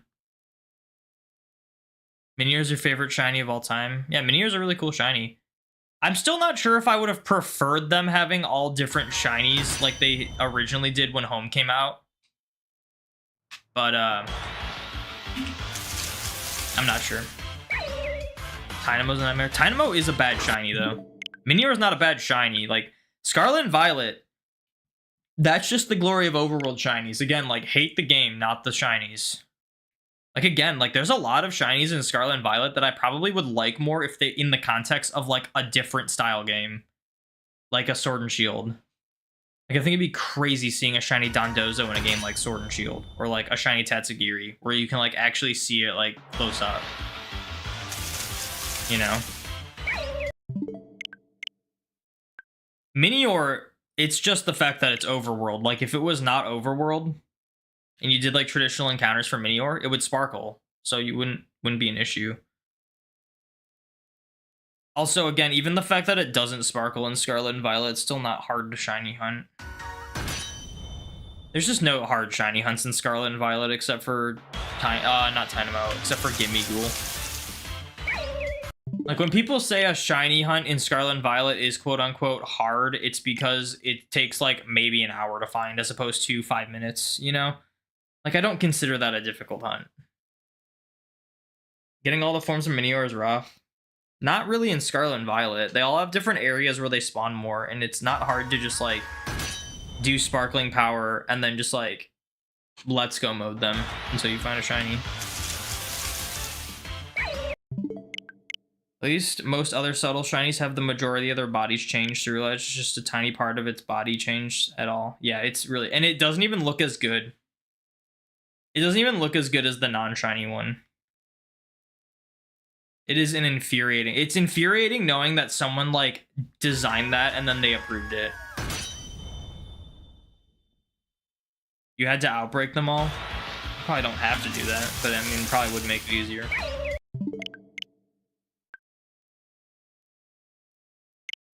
Violet was super bad. Violet was tough for me to find, but apparently there is a spot where Violet one spawns more. You decided to hunt the new Scarlet Pokemon shiny with marks and mini or max sizes for your living decks. Nice, good luck. For me, I'm just gonna hope that, like, a lot of the Gen 9 Pokemon are, like, available in other games where there's, like, better shiny hunting mechanics and stuff. For now. It'll be a while before I would get to them anyway. I did my reset hunt for Cloth. I don't need to do more. Yeah, Violet. So there is a spot where Violet spawns more. I just didn't know it existed.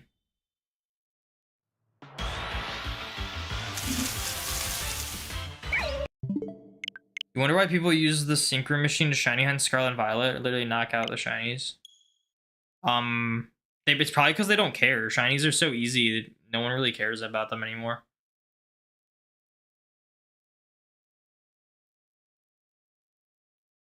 Because it's like, let me knock out these Pokemon in this outbreak using Synchro. If I knock out a shiny, oh well, I'll just find another one in 5 minutes. You know?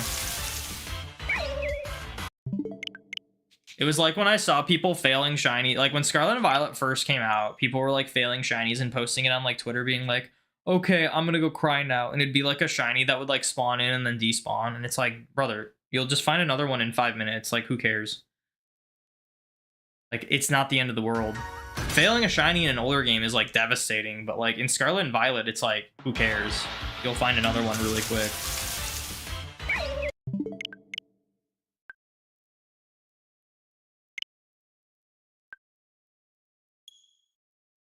Why did it say preparing on that one? What was that? Why did that take a while? That was weird. I've never seen that. I've done okay, not 12,000 resets, but I've done like how many? Like 9,000 resets. I've never seen that happen.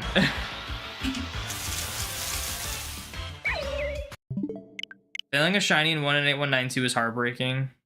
Unless it's the Safari Zone, and then it's kind of like still a little heartbreaking, but you get over it faster because it's kind of expected.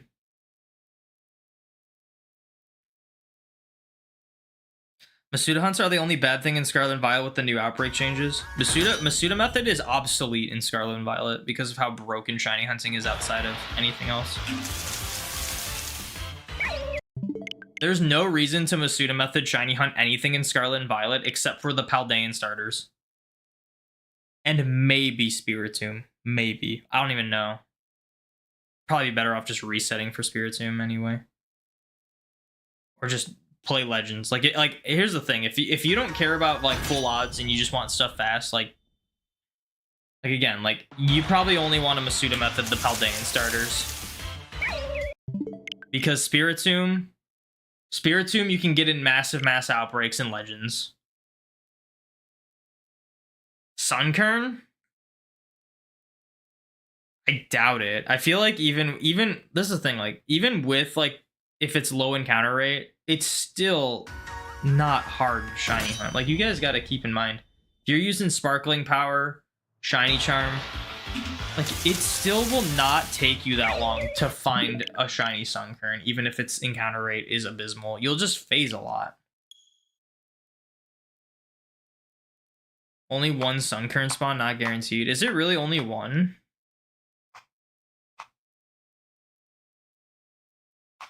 Then I guess like Poke Radar for it in BDSP, because you probably can. Like that's the thing, like I always like, if I were to do methods and max odds with like the last two games we got, I would just have a full shiny living dex so fast.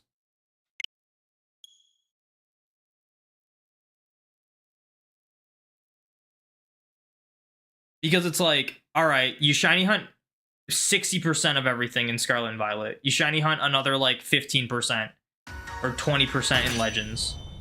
And then it's like, there's still so many options to get shinies like super fast in other games. Do it? Do what? Get a full shiny living dex really fast? That's not fun for me though. I'm not gonna do that just to prove a point. It's just not fun for me. I mean, you could literally take my shiny collection from Go, move it into mainline, and then I would have almost everything shiny. And then I would only have to hunt a few things. So I guess I don't even have to prove a point. I can just show you my Go shiny decks and then be like, let's say hypothetically I send these into home.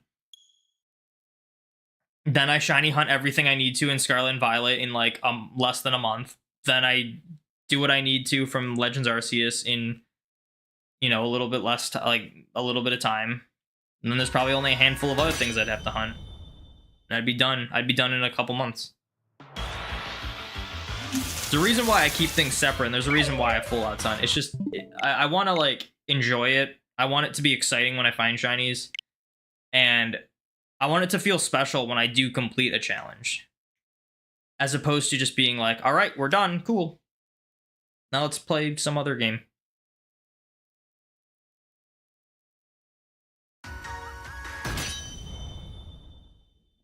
They're saying if you need from Scarlet and Violet, then Masuda's the fastest.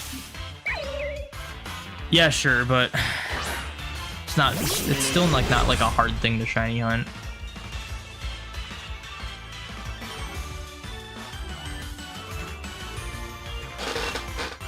Yeah, Scarlet and Violet is busted.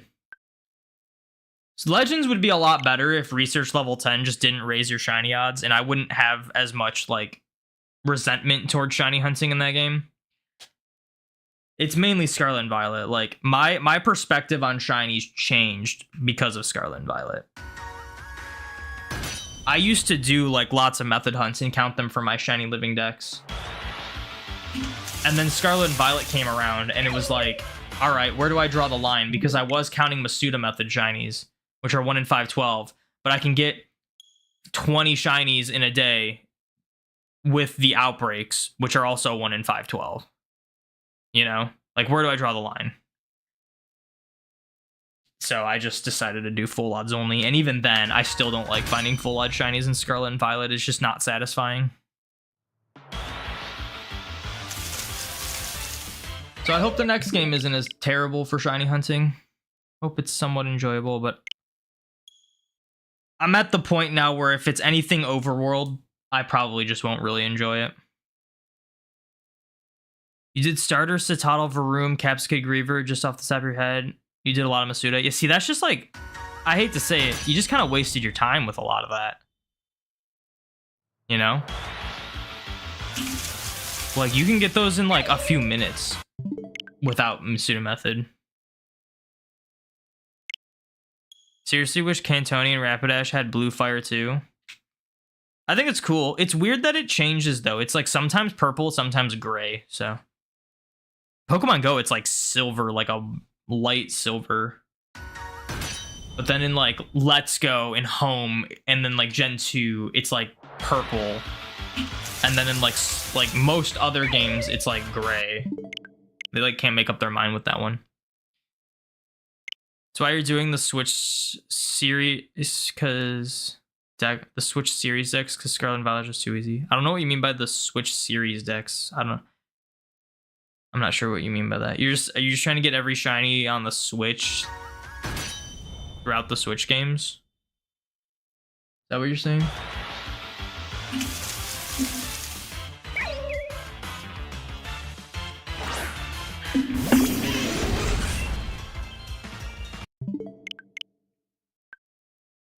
All Switch games living shiny decks of each from each. Oh, interesting. That'll be tough. That's definitely a challenge. You'll have to get Gimme Ghoul in Scarlet and Violet though, rip.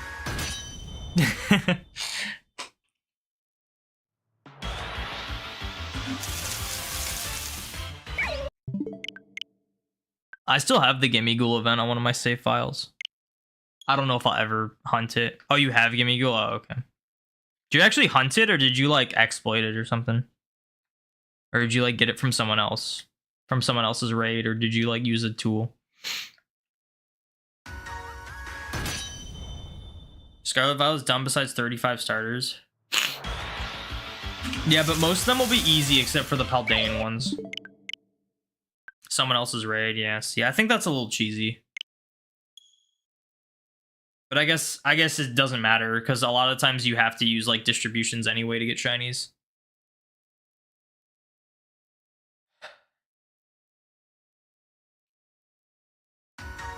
Starters is the blueberry, oh. So not Paldean. Yeah, I mean, that won't be hard. You'll get that done.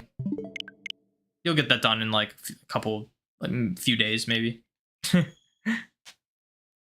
of mark hunt more than shiny hunt in Scarlet and Violet now. Never got a double mark. You really want one?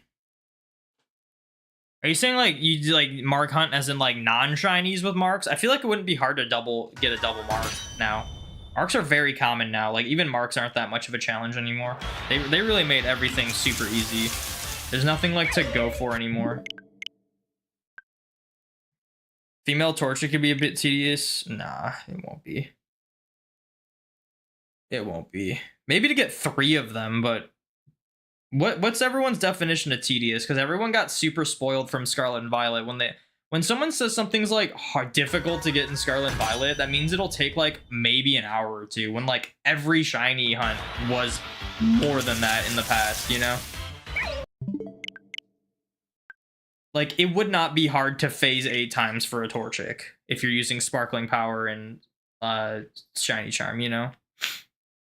Yeah, like, Cherubi and Legends Arceus is tedious. Like, the space-time distortion exclusives in Legends Arceus are tedious. I wouldn't consider anything in Scarlet and Violet tedious except for hunting Gimme Ghoul. Like, no, I wouldn't consider anything in that game tedious. You gotta go to the store, be back in like 20 minutes. I will probably not be online when you get back, but thank you for hanging out in the stream. You ever done the Manaphy or Jirachi shiny hunts? I started Manaphy, and I decided to put it on hold because I wanted to just like hunt more shinies. I do plan to get back to it soon though. It's a shiny I really want to get, and the hunt has been like drastically optimized since I started it originally, so it'd be like easier to get back into. I have not done Jirachi. I do want to do Jirachi too.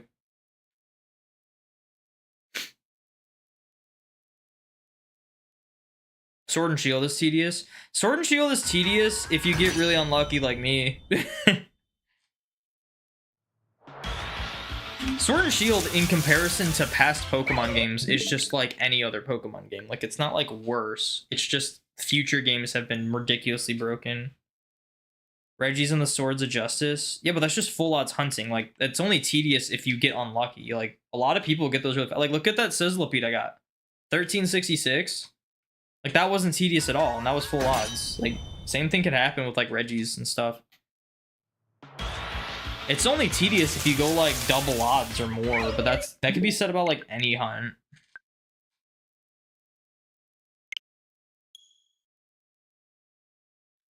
Maybe to get all of them, if you just, like, need to get all of them, but... This does put a smile on my face. No apple pie for you. Thank you for the follow. Thank you for putting a smile on Thanos' face. I do appreciate it. What a shame, no apple pie.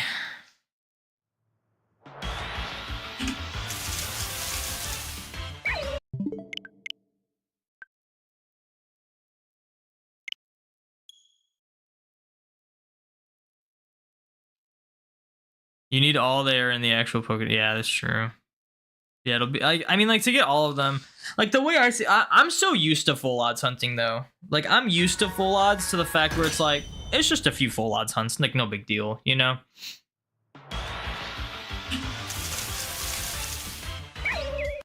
I will say, if you're going for every single shiny that's in Sword and Shield, like all 3 Pokedexes, that will be very tedious. It'll be extremely tedious, even if you're using max odds for like whatever you can. Anything that is in the game's Pokedex must be done, and you don't mind. You're just saying compared to... Oh, yeah. Well, yeah. Compared to free shinies left and right, yeah, it's going to feel probably tedious. I would say going for a few legendaries that are full odds is not super tedious, but the thing you're doing for, like, every single shiny in Sword and Shield, I think that's going to be really tedious. Like, there's so many Pokemon, and even if you Masuda them... Like, that's still gonna take forever. That's just so many Pokemon.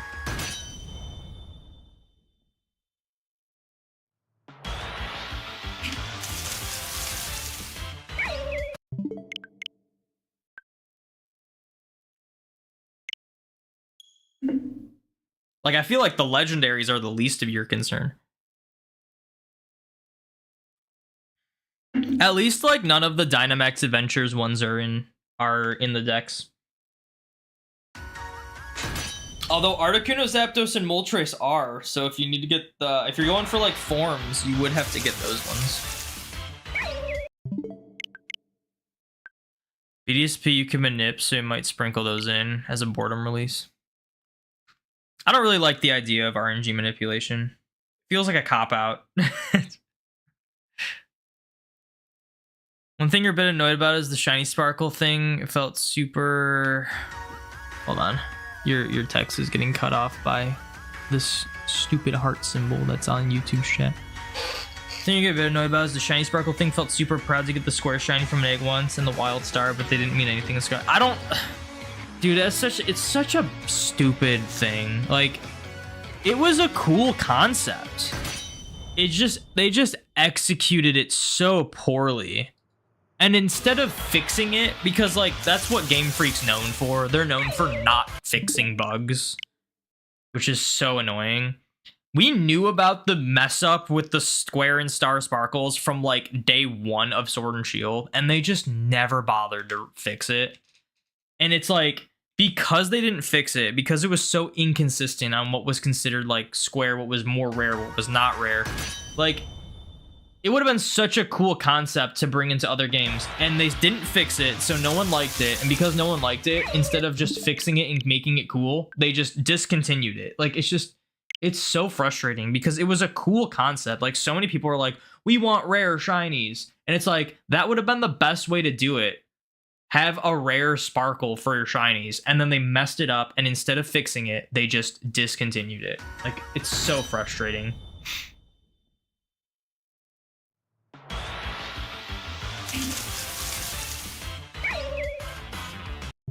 You have to get 10 from the Dynamax Adventures.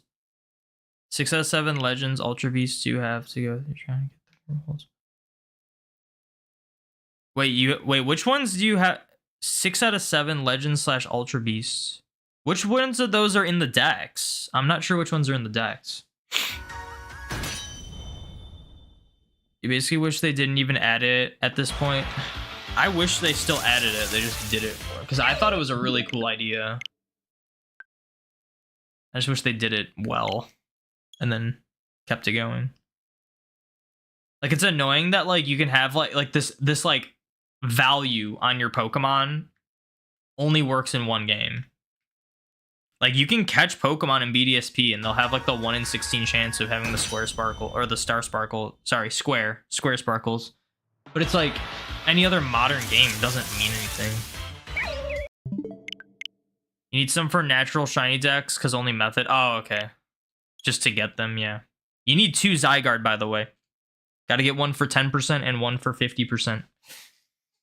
Good luck, good luck.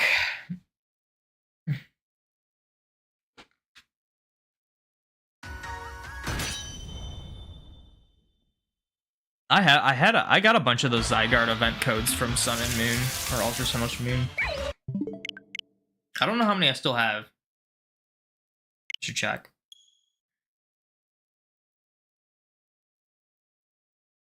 Yeah, you likely buy a used Switch the moment it comes out. Yeah.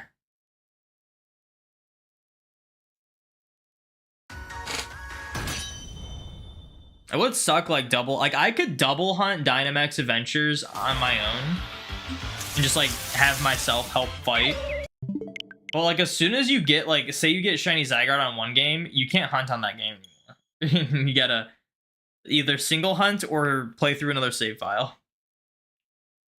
That's why I'm not doing runaways here. Like, I don't, like, if I phase on the game on the right, I have to start another save file, and I just don't want to do that.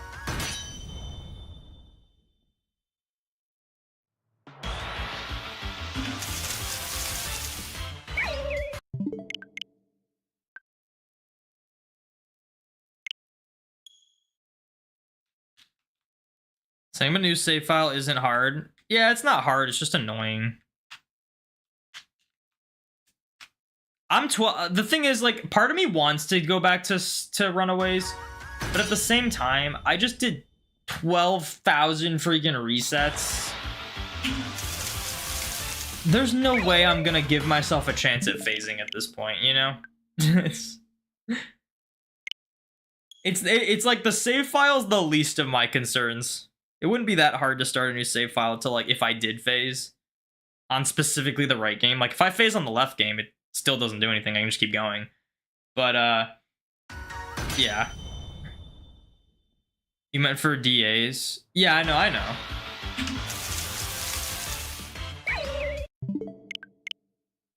I know Shiny Cresselia after only 5 checks in Dynamax Adventures. Yeah, I mean, it happens. The odds are really high. So I've seen plenty of people get, like, 1 encounter. Shiny legendaries. The only shiny I've gotten from Dynamax Adventures was Tapu Bulu. I was trying to get the Kanto birds because I do, like, a full living dex in every game for every dex that's available in home. There's, like, a challenge thing to get, like, all the dexes filled out, and it includes, like, the DLC dexes, and I like doing just, like, full living dexes for those. So for Sword and Shield Crown Tundra, I needed to get the Articuno, Zapdos, Moltres, Galarian forms, and Kanto forms. So I was doing Dynamax Adventures, and then every legendary I would beat, catch, and then I couldn't get that one anymore. So it raised my chances of getting, like, Articuno, Zapdos, Moltres, and I ended up getting Tapu Bulu shiny. That was the only shiny I got, which was kind of a cool one. It was not full odds though. It was 1 in 100. I had shiny charm.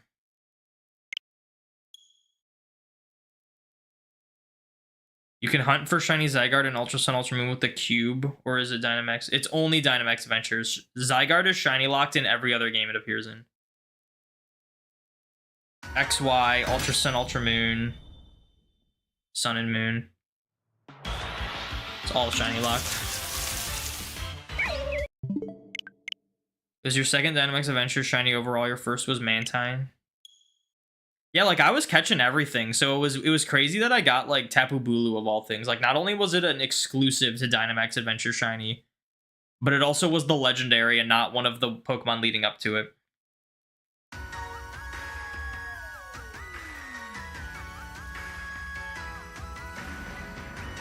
You need a second trainer name anyway because you're not deleting your stuff on Shining Pearl. Yeah, I mean, like, have you seen the Switch on the left? I have 3 save files on it. And the Switch on the right has 2, but one of them is the same, like, it's the same one as this one. So I can't use these 2 at the same time because it'll cause issues.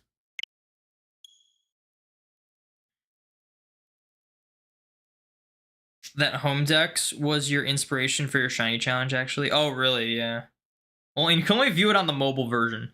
I didn't realize that the Switch version of home also has challenges, but they're like really basic and it just revolves around catching specific Pokemon in specific games. So like, for example, like, let me show this off.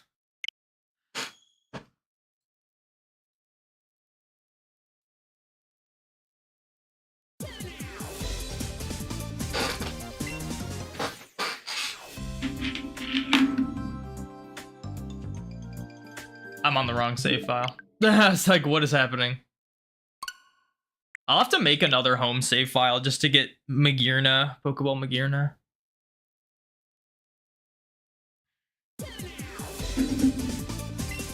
You don't think anyone saw ZA coming at all? It was a welcome surprise though. Yeah. Yeah, no, I was expecting Johto remakes just because of like release schedule. I don't follow leaks, but apparently all the leaks were saying either like we're saying like black and white remakes. So they apparently were not leaks because they were all fake. Leaks are only leaks if they're real.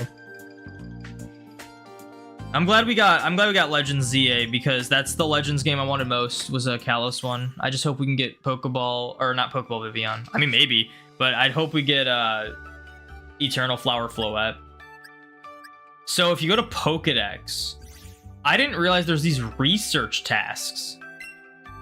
And it's like, catch these 3 Pokemon, these 4 Pokemon, these 5 Pokemon from specifically Let's Go. I need to finish Sinnoh because the ones I'm missing require the national dex, and I didn't do that.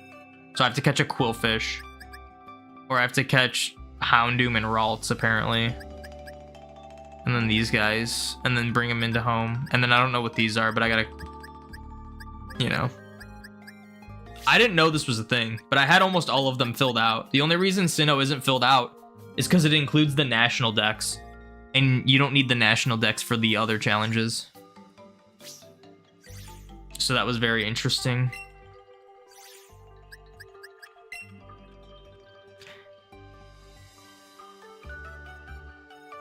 One of the leaks, you think 2 weeks ago, claimed there was a shiny Jinx in Pokemon Home data?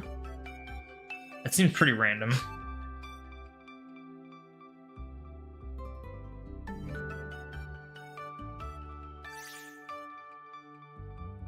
Oh, Mega Jinx.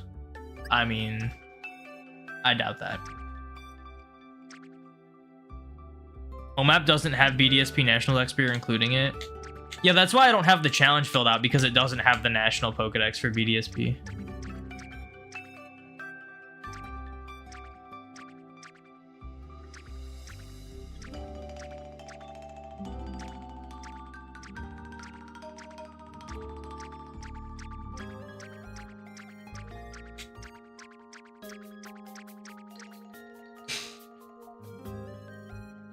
I guess I need this one.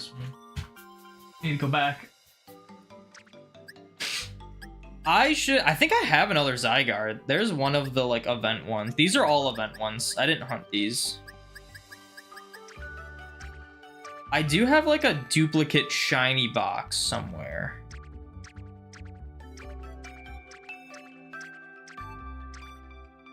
Oh, here we go. So if it comes down to it and I can't shiny hunt Zygarde, I should at least turn this one into the 10% form to have both of them. I have an extra Yveltal too. I think I had more shiny Zygardes. I just gave them away.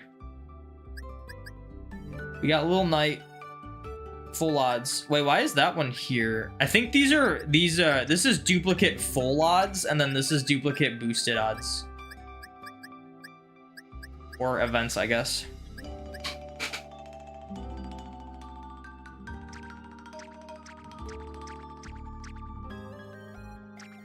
How many of these are full odds? That one's full odds, that's full odds, that's full odds. These are all full odds. These ones, this one is. These ones aren't. This one's full odds. Gizmo's full odds. None of those are full odds. That one's an event. None of those are full odds. This one's full odds. I got it random though. This one was SOS. These are events. This one was not full odds. This one was also not full odds. This was from Go. This one was not full odds. This was from an ultra wormhole. Not full odds. This one was full odds. I didn't get it live though. It was from Legends. This one was also full odds. This was the coolest shiny I got. I wish I got this one live. Just a full odds from a distortion. It freaked me out. It was so crazy. This one was not full odds. This one was not full odds. This one was not full odds. This one was. This one was not. This one was. This one was. I think this one was too. It just wasn't live. Not. This one was full odds. This was from my Ruby version. I had a Master Ball it because it had Whirlwind. Not full odds. I deck snap for that. Not full odds. This one was full odds. This one was full odds. This one not full odds. This one not full odds. Not full odds. This one was full odds. I don't even have a name for it. This one was also full odds. These were both Scarlet and Violet. Not full odds. These were all full odds. These were the event ones, obviously. This one full odds. This one full odds. The other one is in Scarlet and Violet. Full odds. This one's full odds. This one's full odds. These ones were not. This one was. This one was. This one was. This one wasn't. These weren't. None of these were full odds. And then a lot of other shinies I have in other games. Some point I really want to send up all my shinies and just like have like see what my progress is for like a full odds shiny living dex. Because it's severely lacking, as you can see. But a lot of my full odds shinies are in like Legends or BDSP right now from like my Dream Team quest and whatnot.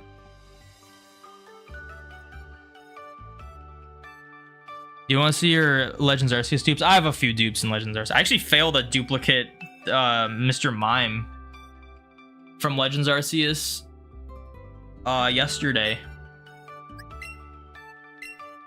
I should change the form of that Zygarde though at some point. You get a full odds Eevee and a distortion? That's crazy. Alpha or just shiny? Here's my Legends save file. Everything in this is boosted odds except for my Darkrai, but it's in the party, I think.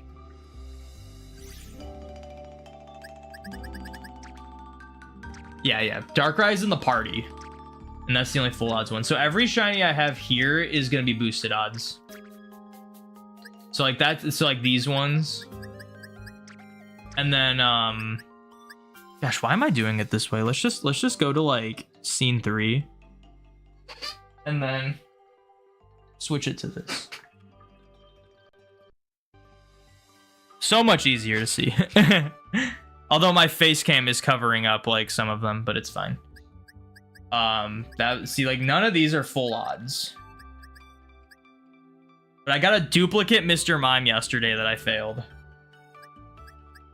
lot of these are from Outbreaks.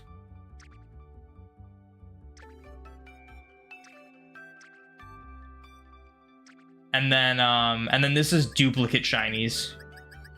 Only 2, but I mean they're all boosted odds. I'm like specifically only counting boosted odd shinies for like this one. I don't know why. Because the full odds ones I'm not counting. They're in home. The full odds ones are in home. Like the Carnivine and the Snow Run. That was from Legends. I like that guy and this guy.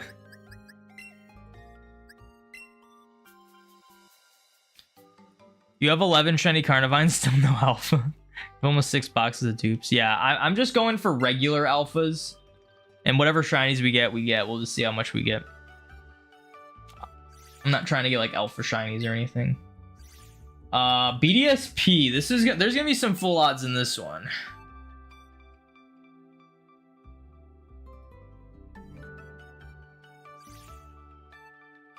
You get a shiny alpha Psyduck yesterday without an outbreak. Nice. The only shiny alpha I've gotten was a Miss Magius, and that was in an outbreak. This one's full odds. This is Ding Dong, Dream Team member. We got Terry, Dream Team member. Swimmies, Dream Team member. This was full odds Poke Radar. Infection was a phase. Clementine was a phase. These are all full odds. This one's not. And then I have another shiny Ditto that's in the daycare because I did a radar chain for Ditto and got 2 shinies before it broke. Ring Ding is the random Bronzong I found after hunting this one. It took me 9,000 encounters to get this one. As a Bronzor, I evolved it and then found a random one not too long after. Shelly was a phase. Georgie. Megatron is not full odds. That was my OG Poke Radar Beldum. That's what Megatron is. It's like a really popular video on my channel. And then my first ever shiny. I've been using this for like the Elite Four. And then Eve. The shiny Shaman. This one's obviously full odds. I don't think you can boosted odds hunt Shaman. So the only non-full odds here is the Ditto and the Metagross. So yeah. I don't know what's in my... I'm pretty sure I have like my Infernape and stuff in my party. I wish you could view the party from here. You just couldn't take them out. Because I'm not going to go down and get my game. But I should have like Infernape in my party. Probably... Also, the reason why like a lot of these guys are level 100 is because I was just grinding the Elite Four. Wait, Georgie's here. Where's Lemonhead? That might be in Sword. Let's see what's in Sword and Shield. You get a wild shiny alpha Psyduck on your charm file like last year. Nice. Describing what you find as you go for targets. You don't know what you're gonna do about the second shiny Shaman. I'm just gonna hunt my BDSP. The first one I hunted in Platinum. That one I hunted in Platinum. So I want to hunt in BDSP. Don't know when, but at some point it will happen. Let's see what's in here. There's probably not much in this one. Okay, these are all boosted. Oh no, yeah, this one's boosted. Annabelle, I forgot about Annabelle. That was from my Sun and Moon playthrough. These are all boosted. Oh, there's Lemonhead. I got this one from Platinum. And then here's my partner cat Pikachu. This one's one of my favorites. And then this one's boosted. This one I dex nav for. I might have some more in my party, but I don't know which ones. Might not, actually. And then here's all these shiny Alchemy that I'm probably gonna rehunt because I want to get them full odds. And then that's these are Mark Challenge ones. Grass and Trash. That's a favorite right there. So yeah, none of these are full odds, but still cool. Oh, and then this one was boosted from Scarlet and Violet. And then these are Event Eternatus. This was from Scarlet and Violet. I'm gonna try to get the curry mark on it with that glitch. That's why there's a bunch of Eternatus with it. I think I have an Eternatus. Oh wait, no, this is the Eternatus, I think. I don't know what's in my party on this save file. Gonna be honest.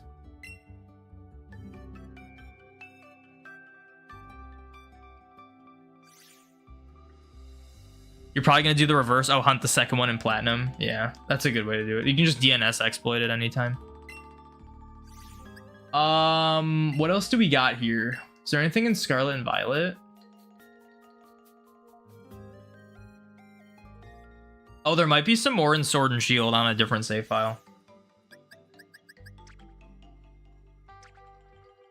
Okay, these are the random shinies I got.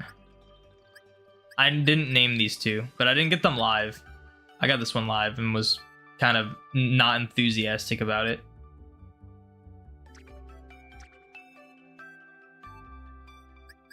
Hey, it's Terrapagos. Why is Terrapagos there?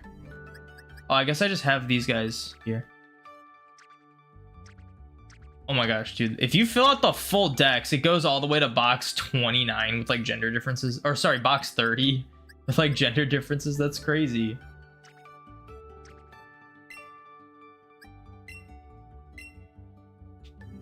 You want to get the alchemy evolution items in Scarlet and Violet just to save yourself pain? Nah, it's easier in Scarlet and Violet, or in Sword and Shield. For me, at least, what I'm doing, I'm trying to get enough like Gigantomix to hunt curry Pokemon, and a byproduct of doing that, you get a bunch of sweets. So, not a big deal. Let me swap to this save file. And then we'll see what's in Sword and Shield on this one. Or just Sword. I don't think I have anything on Shield on this one. Yeah, you can get Star and Ribbon. The Star and Ribbon you need a DLC for, but that's how you get the Gigantomix effectively is the DLC. Does put a smile on my face. Yo, Sephistrooster. Thank you for the follow. Thank you for putting a smile on Thanos' face. I do appreciate it. I have shinies on the save file. I think they're all in my party. Like I think I know I have my Flygon in here. In my party, which was from Ruby.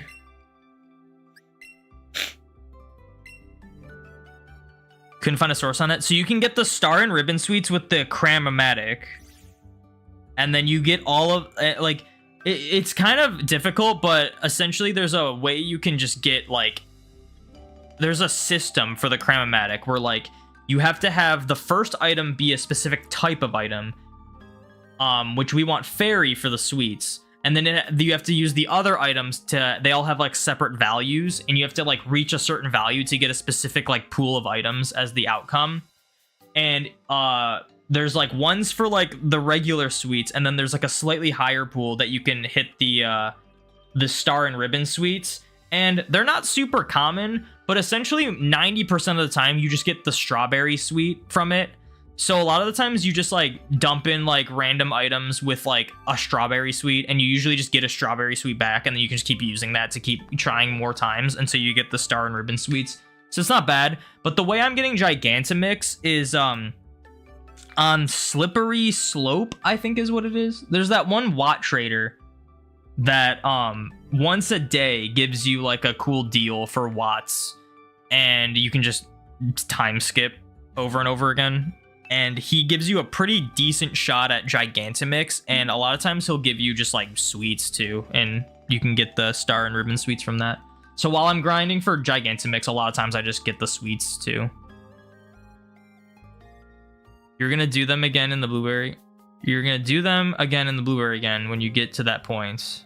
Thing is with the Blueberry Academy is that's a lot more random. The Cram-O-Matic, you can like pick and choose what sweets you can get essentially. There is more randomness, but and you like the amount of grinding you have to do for the BP is kind of obnoxious, if I'm being honest.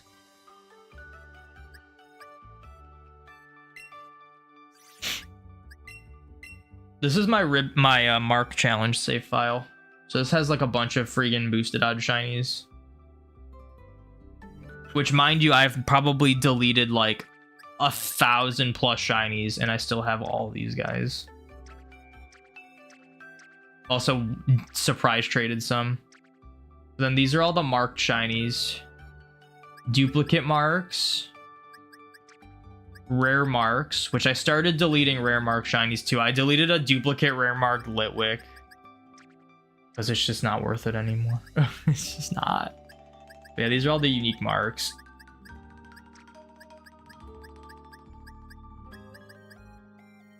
So it's pretty cool. Pretty cool. I think that's everything, right? Everything I can show. And then I have a bunch of freaking shinies on my leaf green file.